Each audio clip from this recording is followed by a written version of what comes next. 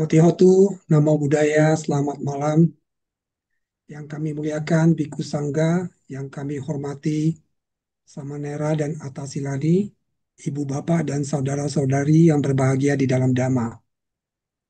Perkenalkan saya Joni, yang akan memandu acara Dhamma Sakata online pada malam hari ini, season 6, episode 61. Sungguh suatu kebahagiaan bagi kami dapat turut serta membahas Dhamma dan membantu pembabaran Dhamma pada malam hari ini. Acara ini diselenggarakan oleh KBTI Keresidenan Besuki dan ditayangkan secara live di Zoom dan YouTube Dhamma Meta Jember. Topik pada malam hari ini adalah mendengarkan Dhamma pada saat yang tepat adalah berkah utama dengan narasumber Pandita Muda Insinyur Pumi Horas. Marilah kita renungkan Dhamma pada singkat yang akan dibawakan oleh Mr. Gunawan. Terima kasih Rama. Pembacaan Kitab Suci Dhammapada Buddha Waga Bab 14 Syair 182. Kicho manus saparti rabo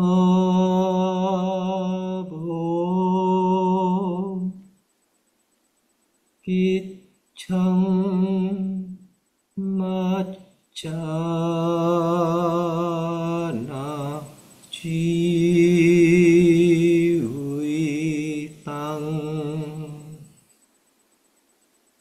kicang sadham masawanang kicung buddhanang upado.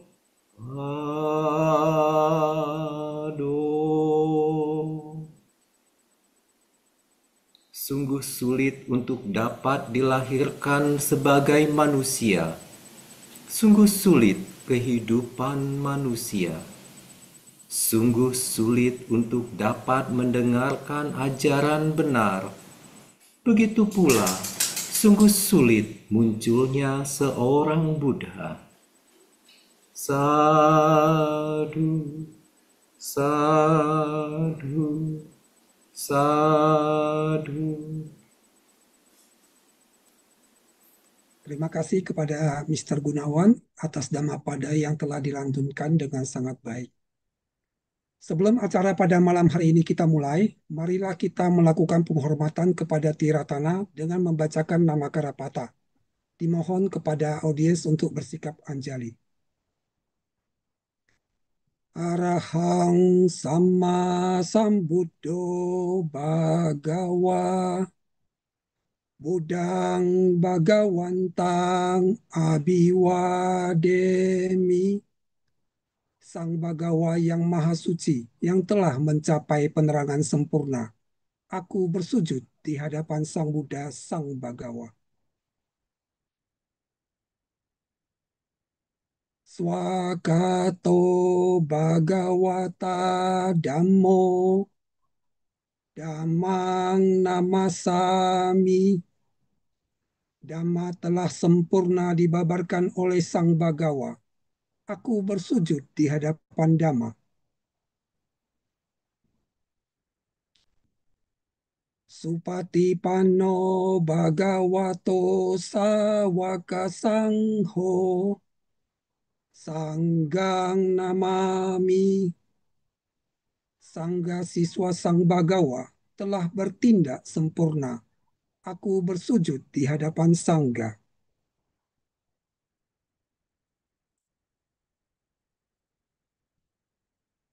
Selanjutnya, kami akan membacakan profil narasumber kita yang sudah tidak asing dan kerap kali mengisi di acara Dhamma Sakata online ini. Beliau adalah Pandita Muda Insinyur Bumi Horas.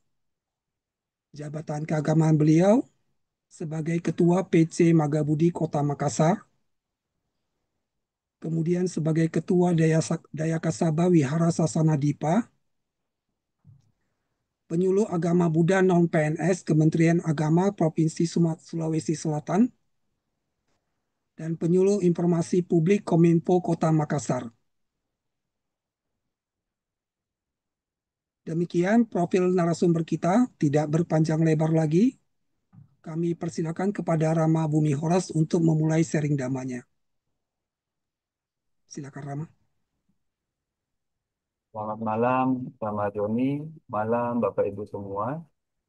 Terima kasih atas kesempatan yang telah diberikan.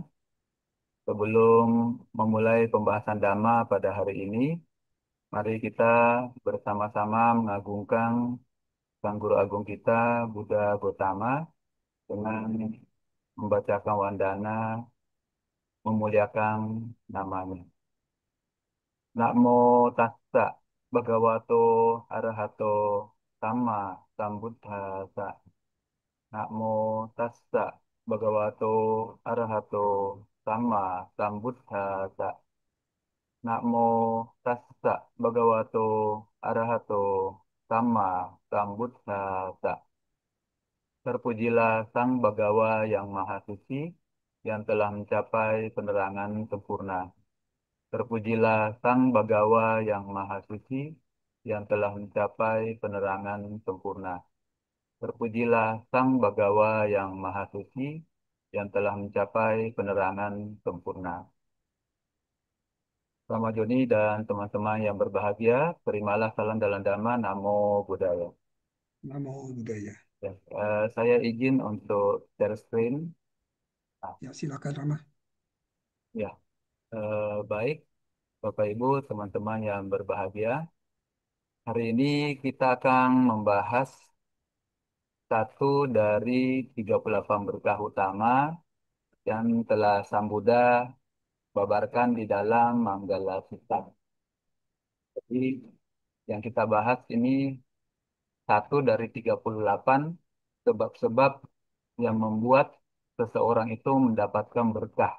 Atau Sang Buddha mengatakan eh, kita melakukan atau memupuk berkah yang utama. Mendengarkan Dhamma di saat yang sesuai. Ini adalah satu dari 38 berkah yang bisa dilakukan oleh kita sebagai rumah tangga dan rumah tawang. Ya. Mari kita membahas mendengarkan Dhamma pada saat yang sesuai. Nah, pertanyaannya yang sering kita bahas itu, kapan waktu yang paling tepat untuk membahas Dhamma? Ya, jadi kapan waktu yang tepat untuk kita belajar? Nah, teman-teman, yang pertama, saat jasmani kita itu dalam kondisi sehat. Ya, jadi pada saat kondisi kita sehat, maka kita bisa mendengarkan Dhamma dengan lebih baik dan lebih serius, ya. Jadi kondisi sehat ini bisa yang pertama ya tidak kelaparan, ya.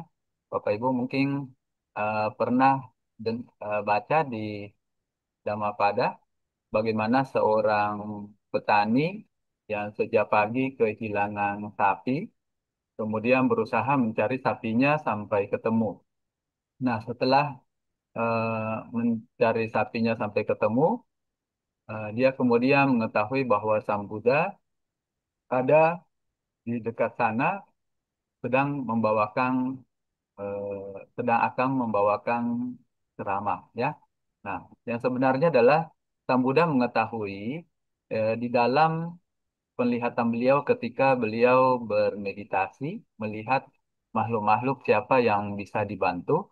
Pada saat itu, Buddha melihat bahwa akan ada seorang petani yang timbunan kebajikannya mendukung sehingga petani ini kalau dipicu, dikondisikan bisa memperoleh hasil yang berbahagia, ya. Jadi bisa mencapai tingkat-tingkat kesucian sesuai dengan timbunan kebajikannya. Jadi Sang Buddha sengaja pergi ke tempat tersebut kemudian eh, akan membabarkan dhamma, ya.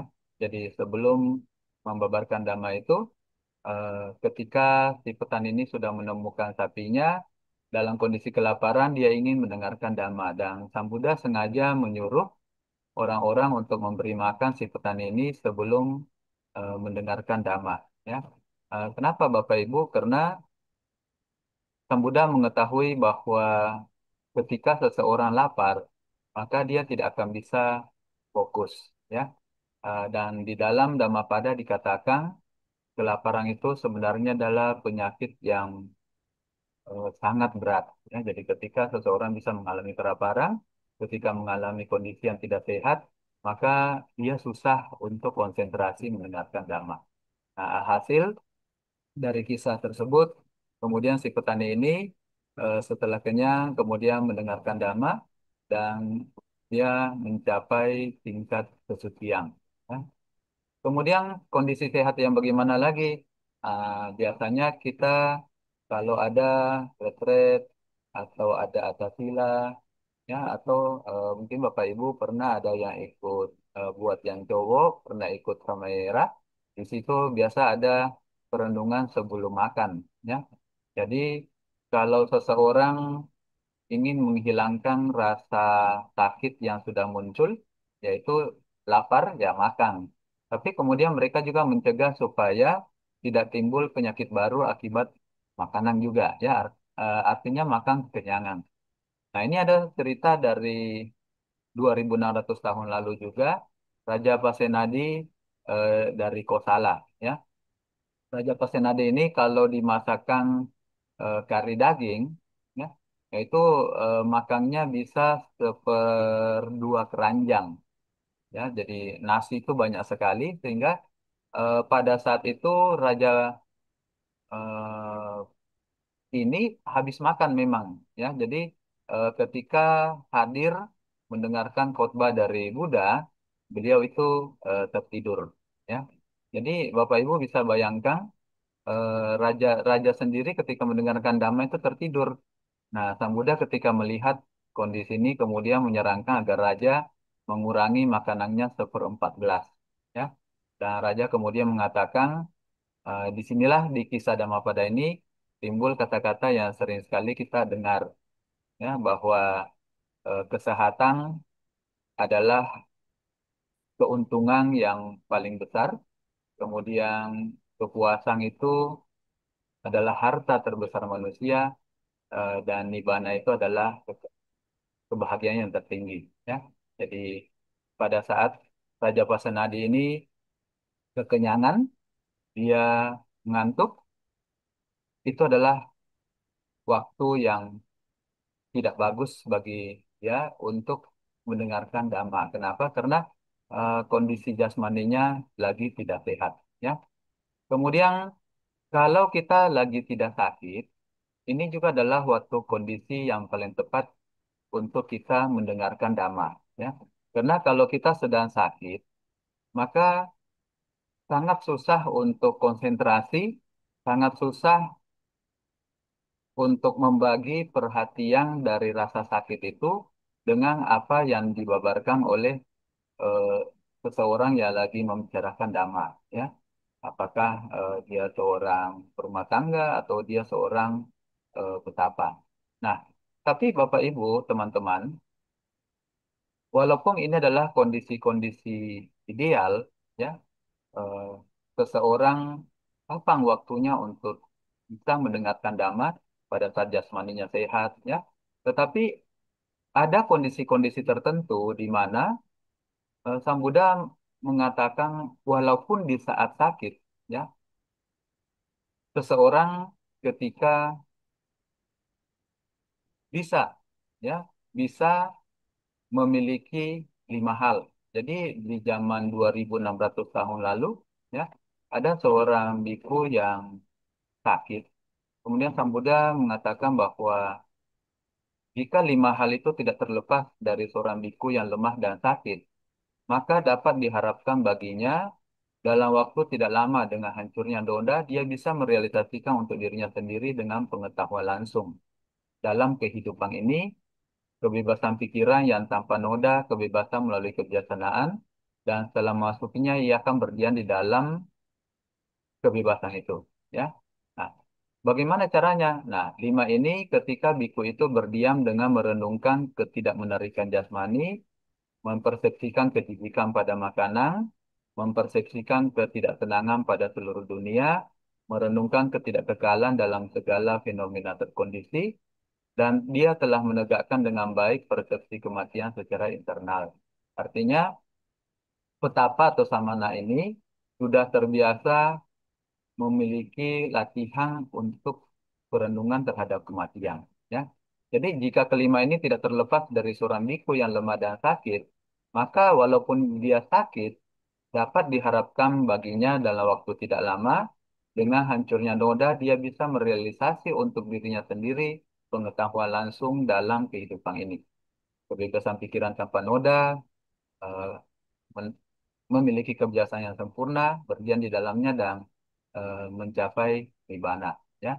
Nah, di sini kita lihat bahwa eh, seorang sakit pun kalau bertemu dengan Dhamma, ya, itu bisa Dhamma mengabaikan sakitnya itu. Bahkan ketika seseorang mendengarkan khotbah Dhamma, ya, banyak kisah di zaman Buddha dulu dikatakan bahwa Sang Buddha sendiri ketika khotbah Bojangga Sutta itu dibacakan ulang, bukan dibacakan parita ya Bapak Ibu teman-teman, tetapi khotbah itu dibacakan ulang, dikhotbahkan ulang, beliau kemudian merenungkan manfaat-manfaat dari bojangga itu.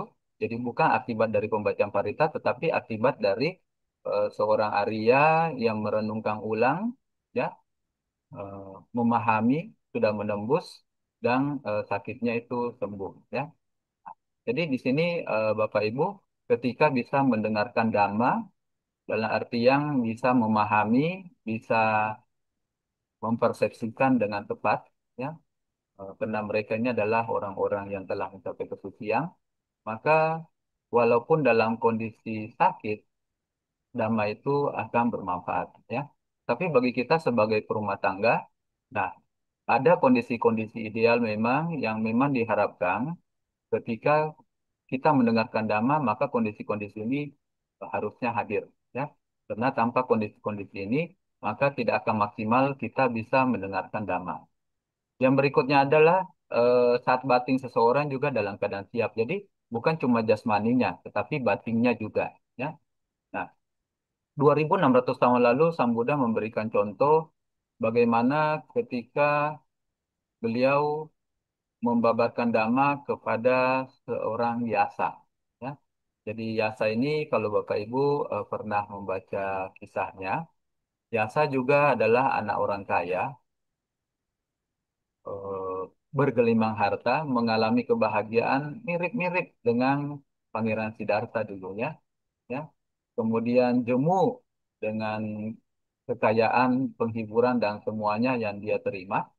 Nah, tentunya kalau teman-teman pernah baca kisahnya, kenapa ada orang yang bisa jemu seperti Guru Agung kita Buddha atau seperti Yasa yang jemu dengan berbagai macam hiburan, kesenangan duniawi. Nah, itu tentu eh, tidak lain karena mereka memiliki timbunan kebajikan dari masa lalu yang berbeda, ya. Jadi kalau dari Yasa ini, kenapa ketika melihat penari-penarinya bergelimpangan, penghibur-penghibur bergelimpangan, penyanyi bergelimpangan, kemudian rambutnya awut-awutan, ada yang menggigau. Ketika dia malam hari terbangun dan melihat penari-penari dan penghibur itu seperti itu, kemudian timbul persepsi kejijikan, ya. Nah, kenapa sampai bisa timbul? Kalau kita kan melihat hal-hal demikian ya kita masih menganggap itu suatu yang lucu gitu ya. Kalau kita lihat saudara kah atau anak kita yang liar, jadi waktu tidur itu apa air ludahnya keluar gitu ya, basah bantalnya. Kadang-kadang kita masih bikin jadi bahan olok-olokan gitu. Nah, tapi bagi seorang yata dia melihat itu adalah hal yang menjijikan sehingga persepsi Asuba itu muncul. Nah, kenapa bisa seperti itu? Karena Yasa dalam kehidupan lampau itu sudah sering melakukan kebajikan dan pernah terlahir sebagai petugas yang mengkremasi mayat. Ya, jadi persepsi-persepsi masa lalu dan di kehidupan lampau mereka juga sudah terbiasa untuk bermeditasi asuba. Nah, dalam kehidupan ini persepsi-persepsi itu muncul sehingga membuat dia mencari kebahagiaan yang lebih tinggi, sehingga dia meninggalkan rumahnya pada saat melihat kondisi-kondisi seperti itu.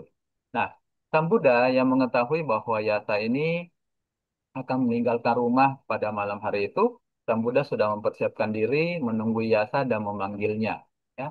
Kemudian Sang Buddha membabarkan dhamma kepada Yasa yang pada saat itu lagi kalut dengan Anupubikata. Nah, Anupubikata ini bertingkat, ya. Jadi khotbah bertingkat. Bagaimana Sang Buddha membuat Yasa ini siap dulu untuk menerima kondisinya, ya. Di Anupubikata kalau kita lihat ini adalah eh, cara Sang Buddha membabarkan dhamma. Ya. Cara Sang Buddha yang luar biasa membabarkan dhamma secara bertingkat. Jadi mulai dari dana, kenapa Yasa berbahagia menjadi orang kaya itu adalah karena dia sering berdana, kenapa bisa terlahir di alam manusia, itu karena moralitas Yasa yang baik, dan dengan dana dan sila seseorang bisa terlahir di alam bahagia ketika meninggal, ya. Dan itu sudah dialami oleh Yasa. Sehingga ketika batin Yasa ini sudah siap, Sang Buddha kemudian naik lagi bagaimana terlahir di alam bahagia di alam surga. Kemudian bagaimana bahaya dari nafsu indera itu sendiri. Jadi ketika di alam surga seseorang bisa eh, larut dalam kebahagiaan, ya. Sehingga ada tingkatan yang lebih tinggi lagi bertahap. Sang Buddha mengatakan ada kebahagiaan dari bebas dari keterikatan, ya. Jadi dana, sila, saga, kamanang, adinawa, dan nikama, nikamsa. Nah, akhirnya Yasa batinnya sudah siap untuk mendengar, barulah Sang Buddha dengan teknik yang bertingkat, ya, itu membabarkan empat kebenaran mulia dan seterusnya sampai akhirnya Yasa ini menjadi seorang pemasuk arus, ya, menjadi Sotapanna. Nah, ini adalah kisah tentang Yasa, ya. Eh, Kapan batin seseorang siap? Kondisi lain itu adalah kalau batin seseorang itu memiliki kerendahan hati. Ya. Jadi kalau kita mendengarkan dhamma, pada saat batin kita congkak, angkuh, selalu melihat misalnya, ya, siapa yang membabarkan dhamma? Oh, biku muda misalnya. Ah, biku muda baru ditasbihkan. Nggak kenal, nggak pernah muncul di YouTube, nggak terkenal. Ah, malas saya dengar deh. Nah itu, kalau kita tidak punya kerendahan hati, maka kita tidak bisa belajar. Ya, kapan seseorang siap? Kalau dia memiliki kerendahan hati, artinya setiap masa waktu ketika berjalan itu adalah setiap saat di mana kita bisa mendengarkan dhamma. Ya, teman-teman, yang berikutnya adalah kapan seseorang waktu yang tepat untuk mendengarkan dhamma ialah pada saat dia tidak dalam keadaan teler atau tidak sadar. Ya, mungkin Bapak Ibu teman-teman pernah baca bagaimana Tagathatera yang sangat hebat, sangat sakti. Ya, Tagathatera ini seorang asisten pribadi Buddha di masa awal 20 tahun Buddha membabarkan Dhamma. Ya, jadi Bhante Ananda itu kan nanti setelah 25 tahun terakhir. Ya, jadi di 20 tahun terakhir itu asisten Buddha, asisten pribadi Buddha itu berganti-ganti. Nah, Tagathatera ini salah satu.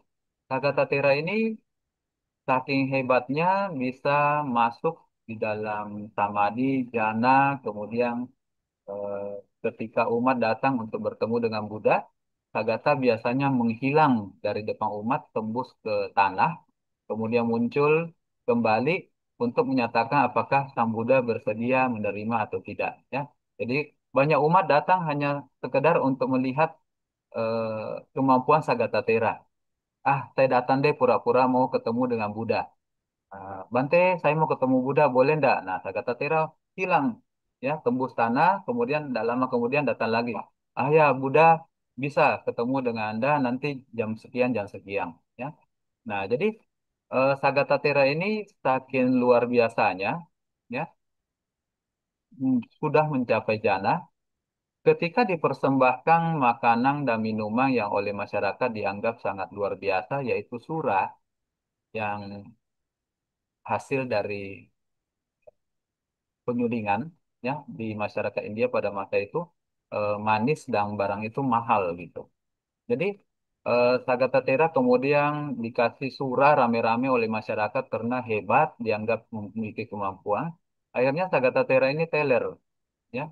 Nah, waktu teler, ketika Sang Buddha datang pun kaki Sagatatera ini menghadap ke Buddha. Dia sudah nggak bisa apa-apa, ya, tertidur di jalan. Bahkan Sang Buddha mengatakan, bahkan seekor ular kecil pun kalau mematuk dan ularnya ini beracun, maka Sagatatera bahkan tidak bisa melindungi dirinya sendiri. Ya, nah ini. Jadi pada saat dia tidak sadar, maka sangat susah untuk melindungi diri sendiri. Apalagi kalau mau sampai mendengarkan dhamma. Ya, jadi kapan seseorang siap untuk belajar dhamma? Yaitu pada saat mereka sehat batin dan jasmani. Ya, tetapi Bapak Ibu, apakah kita melakukan hal yang sama pada saat kita sehat jasmani, sehat batin? Kebanyakan kalau kita tidak punya kebiasaan untuk ikut puja bakti minggu, ya, atau karena setiap hari kan hari Minggu biasanya umat Buddha itu puja bakti di wihara. Nah, kalau kita tidak punya kebiasaan untuk hadir di wihara, ya minimal pada saat perayaan, ya. Ada 4 perayaan besar, atau mungkin ada 2 Patidana di dalam setiap tahun, jadi mungkin bisa 6 kali hadir lah di wihara, ya. Atau misalnya pada saat retret, mungkin ikut-ikutan kah, teman ikut, saudara ikut, ya ikutlah gitu. Itu masih baik, Bapak Ibu. Kenapa? Karena kita masih mau mengupayakan untuk hadir, mendengarkan dhamma eh, seminggu sekali misalnya, ya. Tetapi banyak kondisi di dalam kehidupan perumah tangga umat Buddha sendiri, ketika batin dan jasmaninya sehat, apalagi kalau di masa-masa libur panjang, maka yang terpikir adalah bukan minggu kita ke wihara ya, bukan. Tetapi ini ada libur panjang, kita berkelana ke luar negeri, ke Bali kah, pokoknya jalan-jalan, happy-happy. Ya. Jadi kesadaran untuk mendengarkan dhamma pada saat batin dan jasmani masih sehat itu memang jarang muncul bagi sebagian besar umat Buddha. Ya. Padahal kalau bisa diupayakan pada saat kita sehat, pada saat batin kita sehat, tidak teler, maka puja bakti minggu seminggu sekali itu juga adalah hal yang membuat kita bisa mendengarkan dhamma dengan eh, sempurna, ya. Kemudian kalau kita memiliki waktu luang, kita tidak dalam kesibukan, nah ini juga adalah waktu yang tepat untuk mendengarkan dhamma, ya. Karena kenapa? Kalau kita sibuk, maka kita akan berpikir bahwa wah ini kita dengar dhamma ini buang-buang waktu, ya. Belum lagi kalau penceramanya kurang menarik misalnya, ya. Atau belum lagi kalau pembicaranya mungkin pembicara yang eh, tidak sesuai dengan kriteria kita, ya.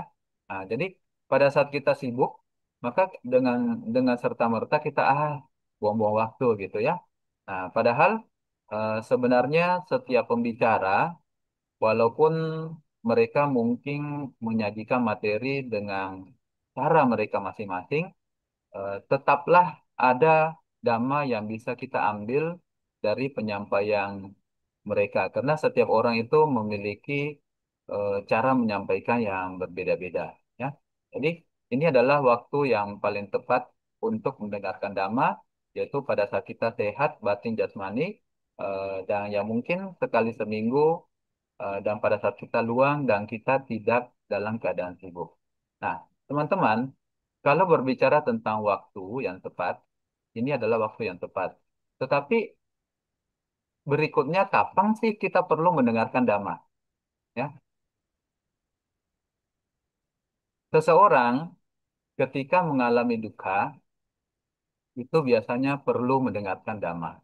Ya, jadi mereka ketika mengalami penderitaan akibat dari empat dari Ataloka Dhamma, ya, kenapa empat? Ataloka Dhamma itu kan delapan, Bapak Ibu teman-teman. Ya, empat ini adalah kondisi yang tidak menyenangkan. Ya, jadi eh, dihina, eh, kemudian celah, mengalami duka, kemudian mengalami kerugian. Nah, biasanya orang-orang itu cepat putus asa, depresi, ya, sehingga dengan mendengarkan dhamma itu bisa membantu mereka memahami bahwa selama kita hidup maka kondisi-kondisi itu akan kita temui dalam kehidupan ini. Kemudian bagaimana dengan empat hal yang menimbulkan bahagia? Nah, biasanya kalau seseorang betul-betul mencintai dhamma, maka dia juga akan menemukan manfaat ketika dia dipuji, dia paham bahwa itu pun akan berlalu. Kemudian ketika dia mengalami keuntungan, dia paham ini saatnya mungkin dia jangan menghambur-hamburkan keuntungan yang telah diperoleh, ya. Dan ketika dia mendapatkan kebahagiaan, dia tahu bahwa ini pun akan berlalu, sama seperti mengalami penderitaan itu pun akan berlalu. Ya, jadi saat seseorang mengalami baik suka ataupun duka, sebenarnya ketika mengalami Ataloka Dhamma ini, kita perlu sering mendengarkan Dhamma. Ya, sering sekali ketika kita pernah mendengarkan Dhamma, maka itu akan menjadi kebijaksanaan atau pengetahuan atau wawasan di dalam diri kita. Sehingga pada saat kita mengalami hal-hal yang menyedihkan, maka pengetahuan atau pengertian dhamma kita itu nanti akan membantu kita melalui delapan kondisi dunia ini, ya. Nah, kemudian pada saat kita tidak sehat misalnya, ya. Nah, tidak sehat ini bisa sakit atau sedang dalam masa penyembuhan. Di dalam sutta, di Ganaka Sutta ini, bagaimana Sang Buddha mendorong di Ganaka ini akhirnya bisa sembuh, ya. Dengan merenungkan bahwa demikianlah kondisi kehidupan. Jadi bisa menerima. Makanya kalau Bapak Ibu teman-teman bisa melihat, Sang Buddha tidak menyatakan kesehatan adalah harta terbesar manusia. Ya. Sang Buddha mengatakan arogya paramalabang. Kesehatan, arogya tidak sakit, paramalabang itu adalah keuntungan yang terbesar. Walaupun Sang Buddha tahu bahwa ada yang lebih tinggi nilainya, ya, yaitu Santuti Paramandanang. Santuti Paramandanang itu apa? Sang Buddha mengatakan kepuasan itu adalah harta terbesar, ya. Jadi banyak orang-orang kemudian mengutip mengatakan kesehatan adalah harta terbesar, ya. Padahal yang sebenarnya kita berbahagia dengan ajaran Sang Buddha, kesehatan itu cuma keuntungan terbesar. Rasa puas itulah harta yang terbesar. Kenapa? Karena seseorang bisa puas pada saat dia mengalami sakit. Dan itulah harta yang terbesar. Sakit seseorang tidak bisa hindari. Ya. Jadi kalau kita memahami Dhamma, maka Dhamma itu bisa membantu kita di dalam masa penyembuhan. Ya. Makanya santuti atau rasa puas itu adalah harta terbesar, bukan kesehatan. Nah, kesehatan cuma keuntungan terbesar bagi manusia. Ya. Kemudian ada juga yang sakitnya semakin hari semakin buruk, ya. Nah, ini juga ketika sakit semakin parah. Nah, khotbah-khotbah Dhamma Buddha itu banyak membantu, ya, memberikan penyadaran kepada orang-orang yang telah mengalami sakit, ya, sehingga mereka menyadari bahwa ini pun bisa berlalu, gitu, ya. Kalaupun tidak berlalu, mereka bisa eh, menghadapi kematian itu dengan lebih tenang, ya. Makanya ketika Sang Buddha bertemu dengan orang-orang sakit dari zaman dulu sampai 2600 tahun lalu sampai beliau parinibbana, ketika Sang Buddha berkunjung ke orang-orang sakit, Sang Buddha selalu memberikan khotbah kepada mereka. Ya.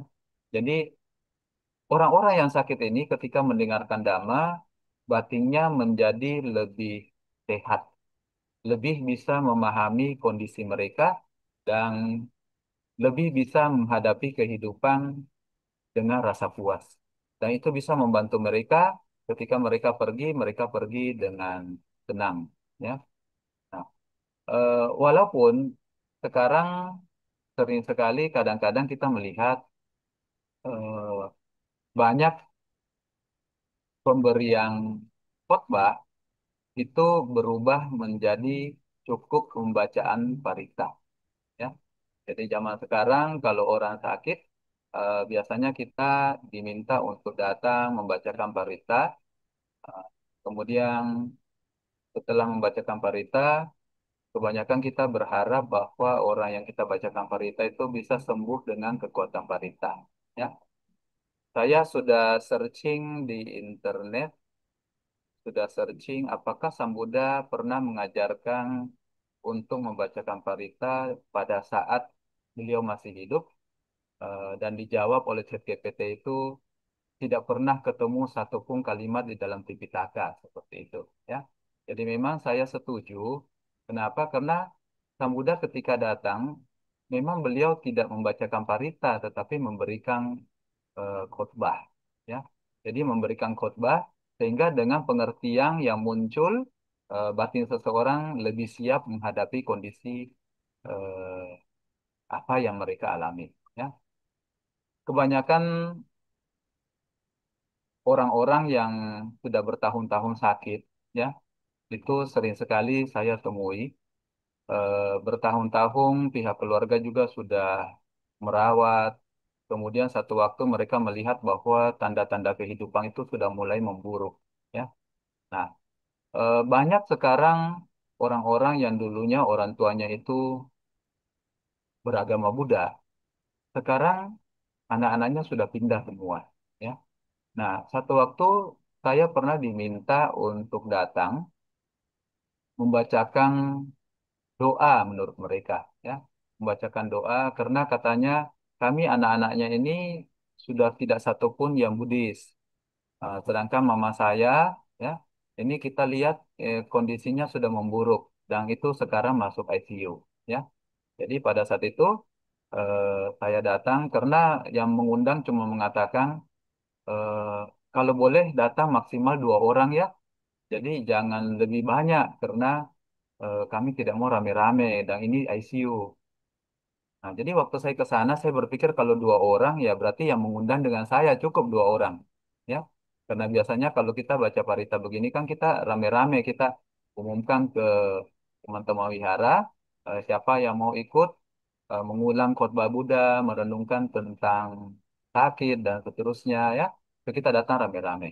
Nah, setelah sampai di rumah sakit, ketika masuk saya lihat, wah, kok ruangannya banyak sekali orang. Jadi seperti spontan, ya, spontan saya langsung bilang sama si ibu, loh, ibu katanya 2 orang, ini banyak sekali orang di dalam. Ibunya bilang, oh iya, kami cuma minta dari pihak pendoa itu maksimal 2. Ini semua keluarga, anak-anaknya semua. Saya bilang, oh begitu. Terus saya bilang, eh, ibunya bilang, kami mau minta supaya nanti ini dibacakan doa, ya, supaya eh, mama kami tidak setengah mati juga seperti ini, ya. Jadi kondisi memang si ibu itu sudah sekarat. Nah, saya pikir banyak pemahaman orang-orang, ya, dan di dalam intern umat Buddha sendiri itu banyak pemahaman bahwa eh, sering sekali kita mengundang apakah para pandita atau apakah para biku untuk datang di saat-saat kritis itu untuk membacakan parita agar eh, si sakit ini diantar untuk pergi gitu, ya. Dan saya berpikir ini sebenarnya adalah eh, satu pola pikir yang salah. Makanya saya waktu diminta sama si ibu, eh, dia sudah berencana nanti ini kalau mamanya bagaimana bagaimana, apa yang harus dilakukan, upacaranya apa semua. Jadi eh, secara naluri saya menganggap bahwa itu salah karena menyuruh kita membaca parita, mengulang khotbah Buddha agar mamanya cepat pergi gitu kan.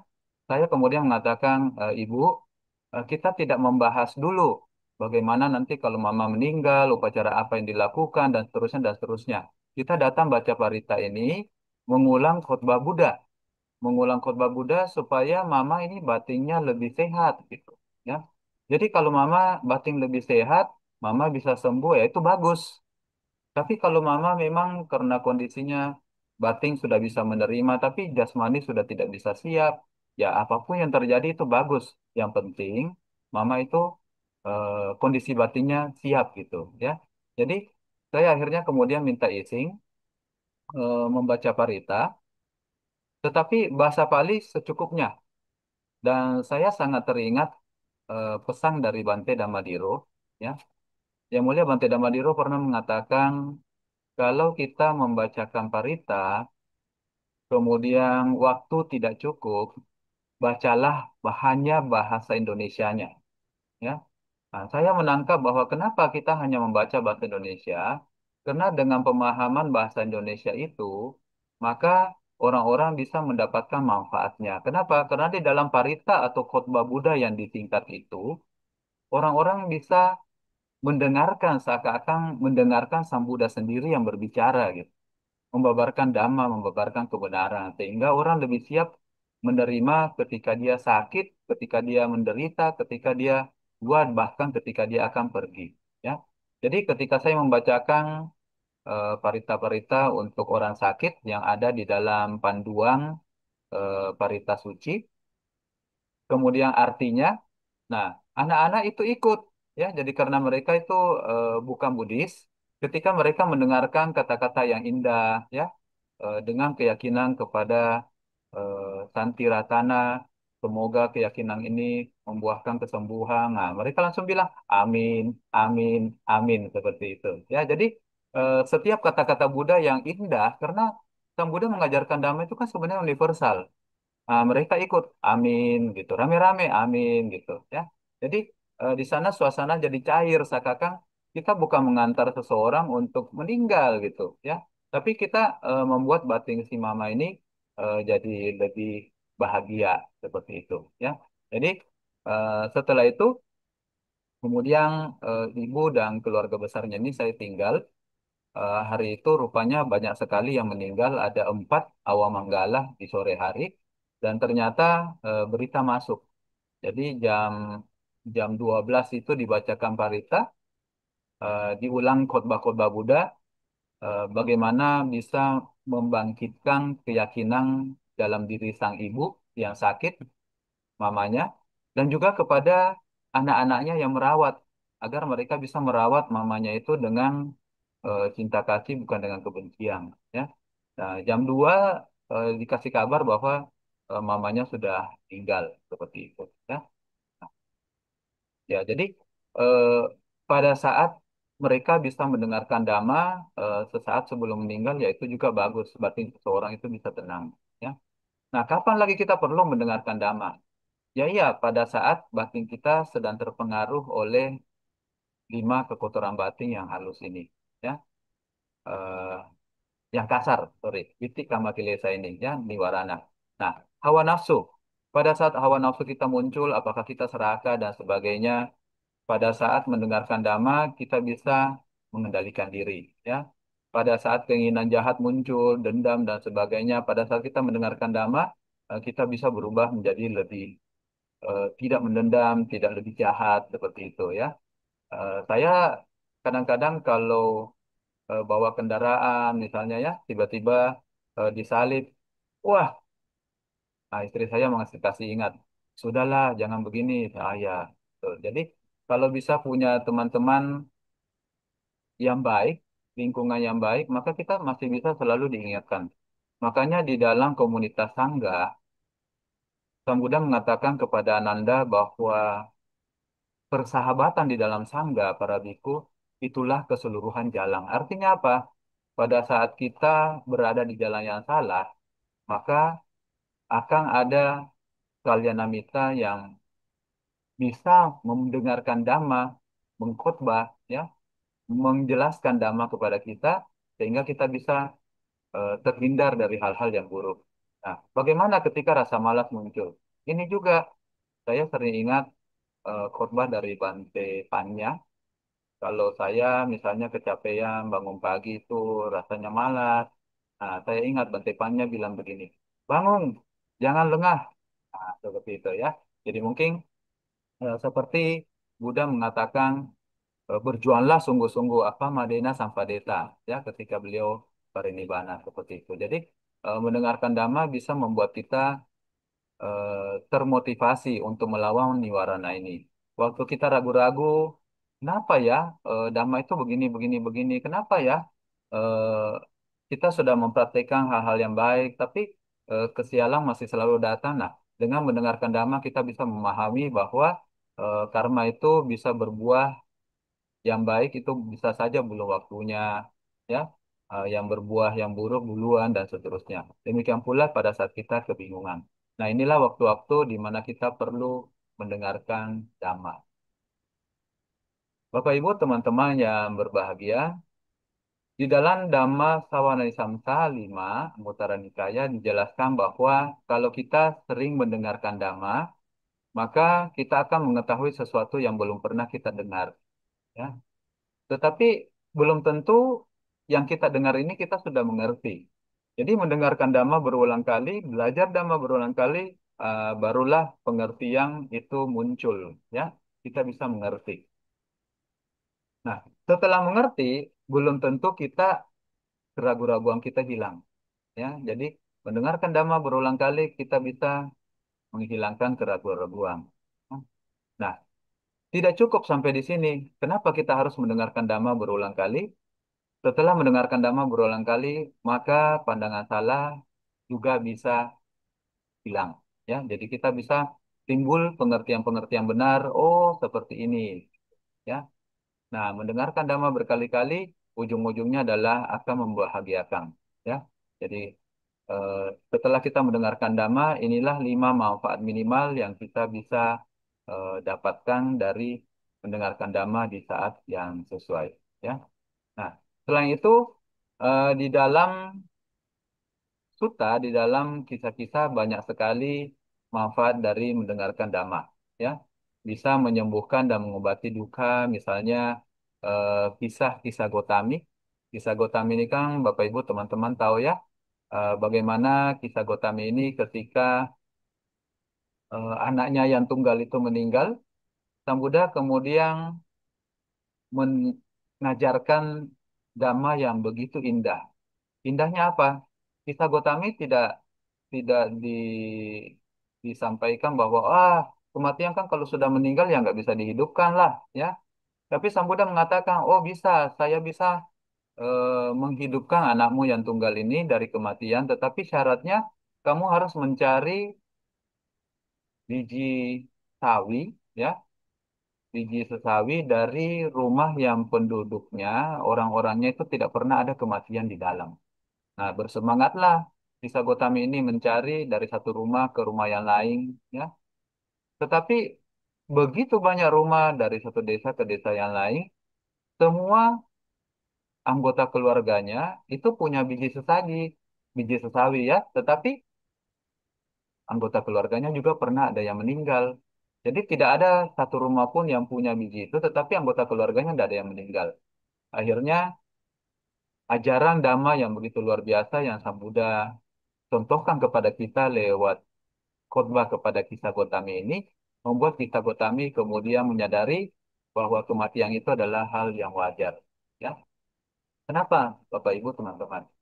Karena saya yakin, ya, saya yakin kalau Sang Buddha mau menghidupkan anak dari kisah Gotami bisa-bisa saja. Apa yang tidak bisa dilakukan oleh seorang sama saja. Ya, tetapi apakah anak itu akan hidup terus atau kisah Gotami akan menangis untuk kedua kalinya, menangis untuk ketiga kalinya karena anaknya pasti akan meninggal lagi. Ya. Jadi cara Sang Buddha yang luar biasa membabarkan dhamma ini itu bisa membuat seorang kisah Gotami itu sembuh. Ya. Bahkan ketika menyadari dhamma, kisah Gotami dikabarkan kemudian menjadi pengikut Buddha dan juga mencapai tingkat kesucian. Ya, jadi manfaat mendengarkan itu damai itu banyak. Bisa meningkatkan kualitas pikiran, bisa menyadarkan diri terhadap realitas kehidupan, delapan loka damai yang tadi, ya. Bisa memberikan pemahaman yang lebih baik terhadap hal-hal yang bermakna, kemudian bisa meningkatkan kesadaran, membebaskan dari keraguan, menghindarkan dari kejahatan, seperti yang tadi kita sudah bahas, ya. Kemudian bisa menuntun, mengurangi, dan mengatasi kotoran batin, dan bermanfaat mendengarkan dhamma ini bisa mengantar seseorang menuju kebahagiaan tertinggi, yaitu pencapaian nibbana ketika mereka masih hidup. Ya, nah, mendengarkan dhamma di saat yang tepat. Tentulah kita di sini berbicara ada guru-guru dhamma dan ada pendengar-pendengar dhamma. Nah, di dalam sutta dibabarkan banyak sekali ciri-ciri guru dhamma yang baik. Apa ciri-ciri guru dhamma yang baik? Nah, seorang guru itu harus bebas dari sifat yang merusak. Artinya, dia ketika mengajar itu dia tidak punya kepentingan, ya. Apakah karena dapat bayaran mahal, apakah karena gengsi, apakah karena penghargaan terhadap dia berharap nanti, oh kalau setelah membabarkan dhamma nanti balasannya apa gitu ya. Kemudian seorang pengajar dhamma yang baik itu tidak akan membenci, ya. Ini pernah saya mendengarkan ya seorang teman ketika diajak untuk membabarkan dhamma di satu tempat, kemudian yang hadir cuma 4 orang. Wah sempat juga curhat ya. Lain kali saya nggak mau isi lagi di situ. Masa yang hadir 4 orang? Kita capek-capek mempersiapkan bahan, kemudian mereka tidak menghargai cuma 4 orang yang hadir. Nah, saya berpikir mau 4 orang, mau 2 orang, tetapi kita sudah melakukan yang terbaik bagi mereka, ya. Dan orang-orang yang hadir pun itu tentulah orang-orang yang timbunan kebajikannya cukup sehingga batin dan jasmani mereka sehat, sehingga mereka mau dan bisa hadir mendengarkan dhamma, ya. Jadi kita tidak terpengaruh mau banyak orang mendengar, mau sedikit orang yang mendengar, babarkanlah dhamma demi kebahagiaan banyak orang, ya. Seorang pembabar dhamma juga jangan menipu, menggunakan dhamma untuk eh, membodoh-bodohi orang seperti itu, ya. Bisa saja setelah membacakan parita, misalnya ya, kemudian eh, orang-orang yang meninggal itu lancar, kemudian dapat orderan, ya. Akhirnya orang-orang itu bisa diajarkan yang macam-macam yang kurang bagus, gitu, ya. Oh ya, enggak apa-apa. Nanti kalau mau cepat-cepat diantar, ya panggil lagi. Nanti kami bacakan parita seperti itu ya. Itu sudah niatnya sudah tidak benar ya. Jadi eh, ini juga tercantum di dalam Cangki Sutta ya. Nanti Bapak Ibu karena mohon maaf karena keterbatasan waktu, Cangki Sutta ini menjelaskan mengapa Sang Buddha itu ya. Jadi di dalam Cangki Sutta ini Brahmana Cangki ini dikunjungi oleh Buddha, tempatnya, lokasinya. Kemudian ketika Brahmana Cangki bilang, saya mau memberi hormat kepada Buddha. Nah, banyak teman-teman yang mengatakan, jangan, harusnya Buddha yang menghormat kamu. Terus Cangki bilang, tidak, dia mendengarkan seperti yang ada di dalam Buddha Nusati. Ya. Jadi berita Buddha Nusati itu sudah tersebar. Demikianlah Sambagawa yang telah mencapai kesucian, ya, guru para dewa dan manusia, capai kesucian atas usaha sendiri, ya. Nah, akhirnya Brahmana Cangki memuji di dalam sutta ini bagaimana harusnya dia yang memberi penghormatan kepada Buddha, bukannya Buddha yang datang berkunjung memberi penghormatan kepada dia. Ya, nah kualitas-kualitas yang ada di dalam Cangki Sutta ini adalah yang seperti ini. Kualitas dari seorang Buddha Gotama. Ya, kemudian di dalam Gana Mukkalada Sutta juga seorang guru dhamma yang baik itu harus memberi contoh. Jadi misalnya kalau saya mengatakan, Bapak Ibu, teman-teman, kita harus banyak bersabar ya kalau mendapatkan hal-hal yang tidak menyenangkan ya. Misalnya kita pada saat datang ke satu tempat, kemudian kita dicueting di dalam hati. Kalau orang-orang yang tinggi hati pasti mengatakan, ini orang-orang nggak kenal saya ya, gitu. Ya, nah, kalau dicueking ya sudah, nggak usah marah gitu, nggak usah cepat marah. Tapi ternyata teorinya bagus. Pada saat saya mengalami itu, wah cepat sekali marah. Nah, penceramah atau pembicara yang baik harusnya mengikuti contoh Buddha. Ya, Buddha itu mengajarkan apa yang beliau lakukan dan beliau melakukan apa yang beliau ajarkan. Bijak carana sampano, ya, seperti itu. Jadi ini adalah ciri-ciri guru Dhamma yang baik. Kemudian selain itu harus ramah, pantas dihormati, ya. Eh, saya pernah satu waktu itu lupa cukur, gitu ya. Jadi ada teman yang baik mengatakan eh, juga istri saya pernah juga protes ya. Loh itu kalau kamu ceramah itu ini dicukur gitu.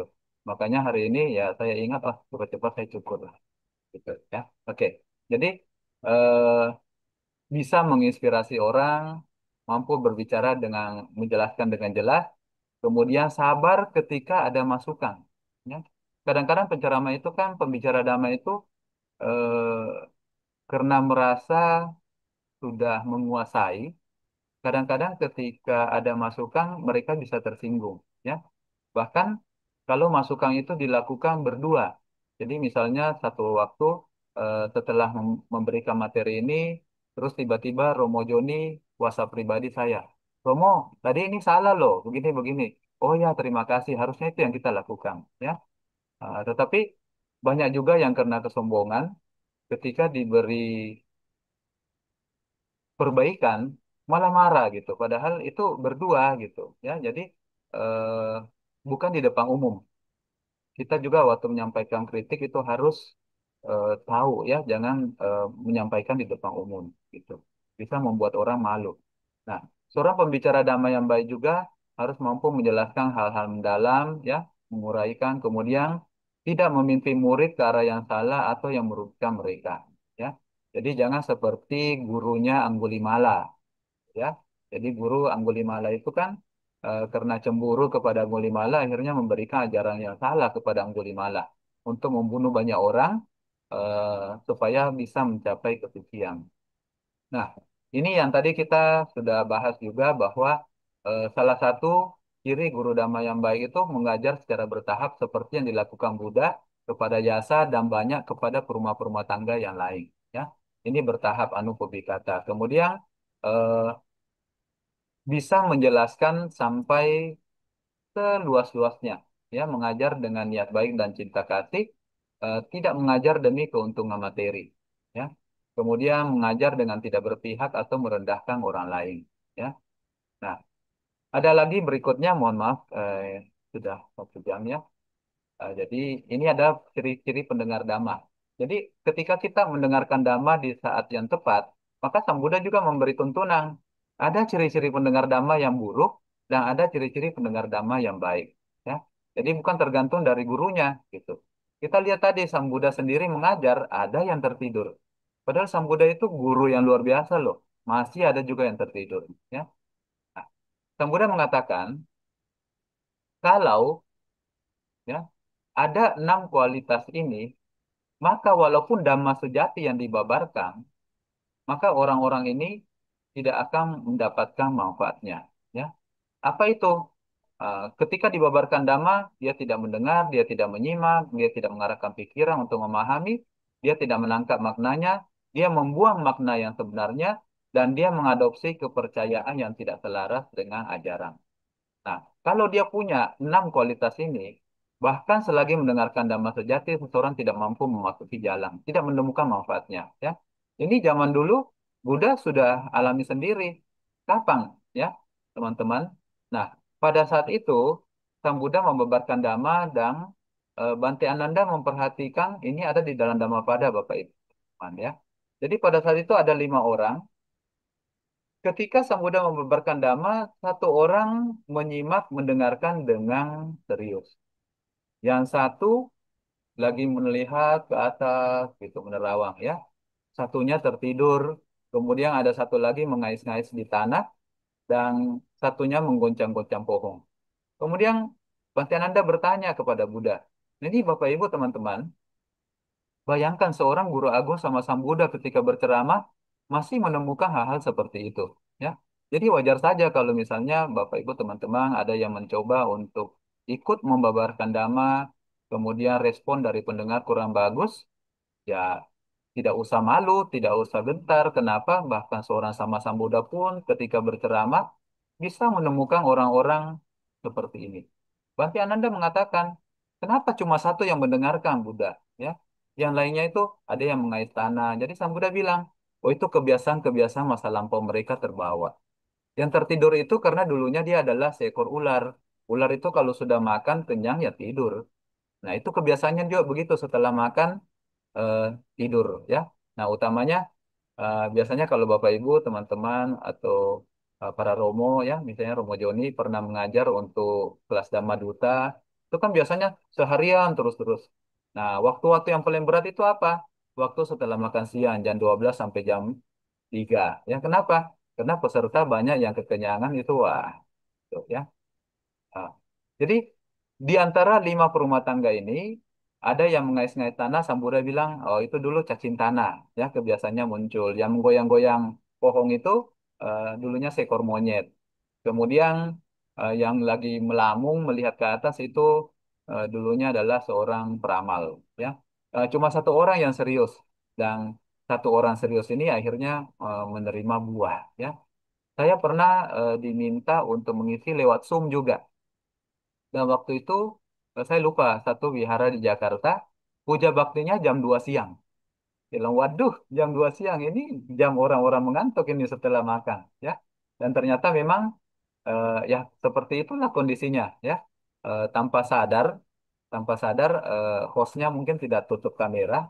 Jadi waktu dia menguap itu kelihatan gitu seperti itu ya. Jadi wajar lah karena memang siang hari orang sudah makan pasti secara alami ketika karbohidrat itu banyak itu orang mengantuk. Nah, Bantian Anda kemudian tanya, kenapa sih orang-orang ini ya mendengarkan dhamma yang begitu indah saja tidak bisa mendapatkan manfaatnya? Dan Buddha bilang, iya Ananda, ini yang menghalanginya. Ada loba, nafsu, raga, dosa, kebencian, dan moha. Ini 3 akar yang menghalangi orang mengerti dhamma. Nafsu membakar seseorang, tidak ada api sepanas nafsu. Kemudian mengatakan dunia mungkin saja terbakar ketika 7 matahari muncul di angkasa. Ya, ini kiamat versi Buddhis. Tetapi itu jarang sekali terjadi. Namun nafsu selalu membakar tanpa henti, kemudian Sang Buddha membakar syar pada tiada api yang dapat menyamai nafsu, tiada cengkerama yang dapat menyamai kebencian. Tiada jaring yang dapat menyamai ketidaktahuan dan tiada arus yang sederas nafsu keinginan. Nah, kemudian satu orang murid yang mendengarkan dengan penuh perhatian itu kemudian mencapai tingkat yang. Nah, teman-teman, ciri-ciri pendengar dhamma yang baik adalah sebaliknya dari yang tadi. Ya, apa saja? Nah, dia ingin mendengarkan, dia menyimak, kemudian dia mengarahkan pikiran untuk memahami, menangkap maknanya, membuang apa yang bukan maknanya. Jadi bisa bisa saja, misalnya si penceramah bercerita lelucon untuk membuat seseorang bisa memahami, ya. Nah, itu dibuang, bukan leluconnya ya diingat terus seperti itu, ya. Nah, kemudian dia mengadopsi kepercayaan yang selaras dengan dhamma, dengan memiliki kemampuan ini, maka seseorang bisa memasuki jalan yang pasti dan di sana bisa menemukan hal-hal yang bermanfaat. Ini ada di susu satu cerita, ya. Makanya satu orang yang serius itu bisa menembus memiliki mata dhamma atau mencapai sotapanna, ya. Nah, di dalam sutta yang lain juga ada kriteria bagaimana baik dan buruk, ya. Jadi kapan ciri-ciri pendengar dhamma itu adalah pendengar dhamma yang tidak baik, ya. Kalau kemudian mengatakan begini, para biku dengan memiliki 5 kualitas lagi mendengarkan dhamma sejati, seseorang mampu memasuki jalan yang pasti. Apa itu? Dia tidak meremehkan khotbah, dia tidak meremehkan sang pembabar, ya. Dia tidak melihat, ah ini ternyata masih muda, saya lebih tua dari dia, gitu, ya. Saya ini makan garam lebih banyak daripada dia minum air, wah, gitu, ya. Kebanyakan orang kan perumah tangga, misalnya, mereka tidak mau dengar kalau misalnya yang membawakan materi itu anak-anak muda, ya anak-anak muda yang sering dhamma mereka merasa gengsi ngapain saya dengar saya kan lebih senior gitu ya atau Dia tidak meremehkan diri sendiri, tidak percaya diri, dia mendengarkan dhamma dengan pikiran tidak kacau, ya. Nah, eh, seseorang memperhatikan secara teliti, maka dia akan dengan memiliki 5 kualitas ini, dia pasti mendapatkan manfaat dari mendengarkan dhamma. Tetapi Sang Buddha juga menjelaskan, ya, selagi mendengarkan dhamma sejati sekalipun, maka seseorang tidak mampu memasuki jalan ini kalau dia memiliki 5 apa. Nah, itu dia meremehkan khutbah, dia meremehkan sang pembabar, ya. Jadi tidak ini dihilangkan semua. Dia meremehkan dirinya sendiri dan dia mendengarkan dhamma dengan pikiran yang kacau. Kemudian dia tidak memperhatikan secara teliti, ya. Jadi kalau sering dulu-dulu kalau mama saya ngomong ke saya lagi tidak konsentrasi, biasanya pakai bahasa Mandarin bilangnya dencai simpucai. Jadi orangnya ada tapi hatinya tidak tahu kemana, pikirannya tidak tahu kemana, gitu ya. Jadi orangnya ada tapi entah pikirannya kemana gitu, mau bebas gitu ya, sudah mengendara kemana-mana. Nah ini. Oke, jadi ini kesimpulannya berdasarkan suta-suta yang ada di atas, maka pendengar dhamma, jadi kalau kita mau mendengarkan dhamma di saat yang sesuai dan bermanfaat bagi kita, maka kita harus memenuhi syarat sebagai pendengar dhamma yang baik. Yang pertama, penuh perhatian, tidak sembrono, tidak mengacuhkan, ya. Pikiran fokus, bijaksana, kemudian menghormati pembicara, tidak meremehkan. Karena teman-teman Bapak Ibu, kalau kita sudah timbul keangkuhan, maka apapun yang dikatakan oleh pembicara, kita tidak mau tangkap sebagai kebenaran. Ya. Kemudian mengingat ajaran didengar, bukan sekedar mendengarkan, ya. Kemudian meneliti, mengkaji maknanya, kemudian ambil yang bermanfaat, ya. Dan ketika penceramah misalnya mencontohkan hal-hal yang tidak bermanfaat, itu kita tidak usah ambil gitu. Bersabar terhadap proses pembelajaran, kemudian mempraktekannya sebagai bentuk yang lebih tinggi, ya. Cinta mayapanya, suta mayapanya kita dengar teori saja, cinta mayapanya, dan terakhir kalau bisa dengan bermeditasi seseorang bisa mendapatkan kebahagiaan yang lebih tinggi dengan kebiasaan yang lebih indah, ya. Bapak Ibu, yang terakhir tadi kita sama-sama sudah mendengarkan syair Dhammapada yang bunyinya seperti ini, ya. Sungguh sulit lahir sebagai manusia, sungguh sulit kehidupan sebagai manusia, sungguh sulit mengenal Dhamma, dan sungguh sulit munculnya seorang Buddha. Nah, apakah Bapak Ibu saat ini kita sudah beruntung? Ya, sebenarnya mendengarkan Dhamma pada saat yang sesuai itu adalah berkah utama. Dan Bapak Ibu, kita beruntung terlahir sebagai manusia. Ya, kita beruntung karena kita bisa mengenal Dhamma. Ya, dan walaupun kita tidak bertemu dengan seorang Buddha, sama sang Buddha, maka sebenarnya kita masih punya timbunan kebajikan yang luar biasa karena kita sudah bisa mengenal Dhamma. Ya. Dan untuk kehidupan sebagai manusia, dan hari ini yang baik Bapak Ibu yang berkumpul di Zoom ataupun di tempat lain, ya, ketika bisa mendengarkan Dhamma, itu berarti sudah memiliki tubuh dan batin yang sehat, sehingga bisa meluangkan waktu di saat kehidupan kita yang sebenarnya tidak panjang karena kematian setiap saat bisa mendatangi kita. Kita sudah membuang kurang lebih 1 jam setengah. Kita bisa eh, mendengarkan khotbah-khotbah Buddha yang diulang. Jadi sebenarnya Bapak Ibu, kita adalah orang-orang yang beruntung karena walaupun tidak bertemu dengan seorang sama Sang Buddha, kita masih bisa mendengarkan damanya. Kita bisa mendengarkan dhamma sebagai manusia yang sehat jasmani dan batin dan punya waktu, dan kita sudah bisa terlahir sebagai manusia. Ya, demikianlah pembabaran dhamma kali ini. Semoga buahkan manfaat buat Bapak Ibu semua. Saya kembalikan ke moderator Romo Joni Anggara. Silakan Romo Ya, terima Anumodana. kasih. Ya, demikian tadi kita telah mendengarkan pemaparan dan penjelasan dari Rama Bumi Horas tentang topik pada malam hari ini, yaitu mendengarkan dhamma pada saat yang tepat adalah berkah utama.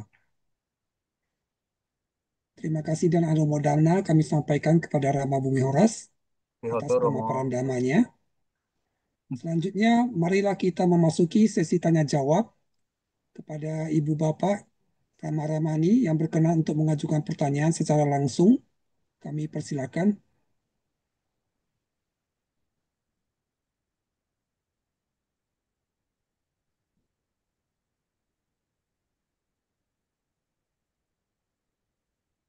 Bila tidak ada, kami akan bacakan pertanyaan masuk yang masuk melalui channel YouTube maupun Zoom.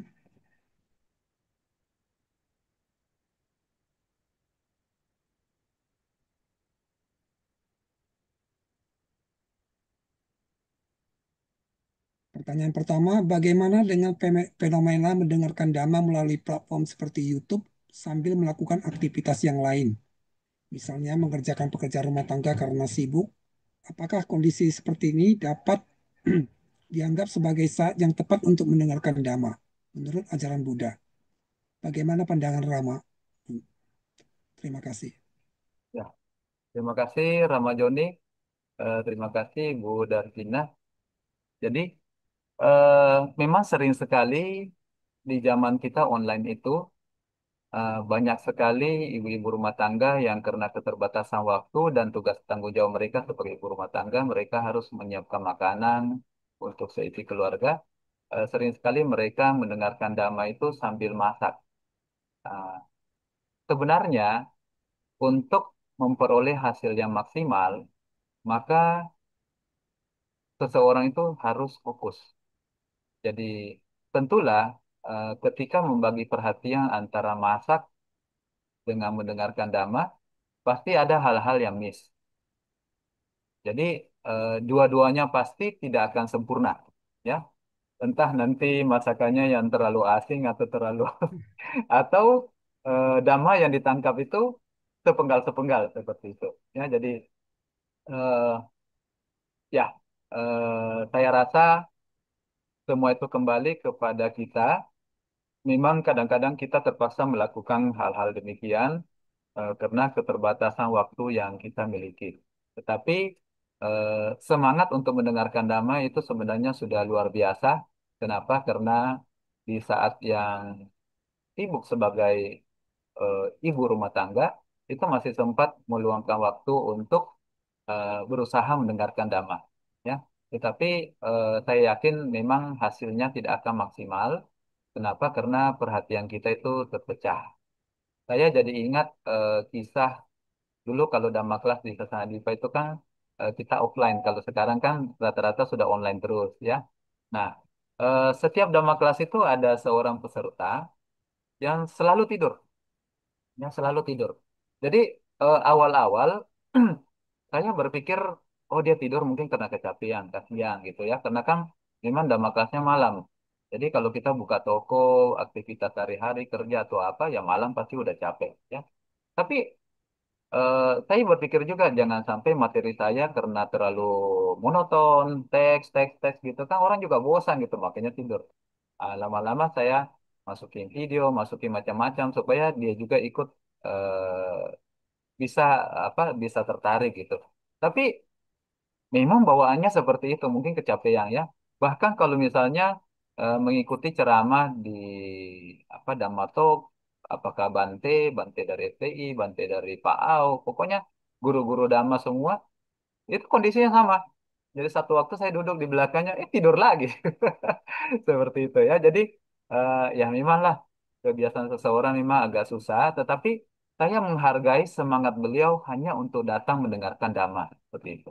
Ya, jadi minimal lah setelah orang-orang membacakan materi, kemudian dia terbangun pada saat sesi tanya jawab, dia masih bisa mendengarkan dhamma yang bisa mungkin bermanfaat untuk dia gitu ya, dibanding dia tidak hadir.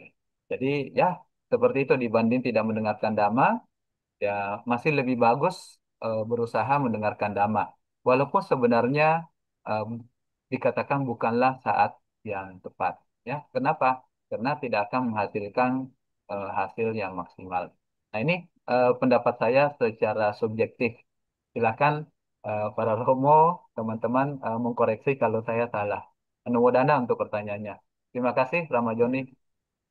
Ya, saya kira memang setidaknya walaupun tidak maksimal, setidaknya masih ada kalimat-kalimat yang nempel di pikiran Angkut, ya, Romo. Rama ya. Iya, Saya kira seperti itu. iya. Ada lagi Ibu Bapak pertanyaan yang lain? Silahkan.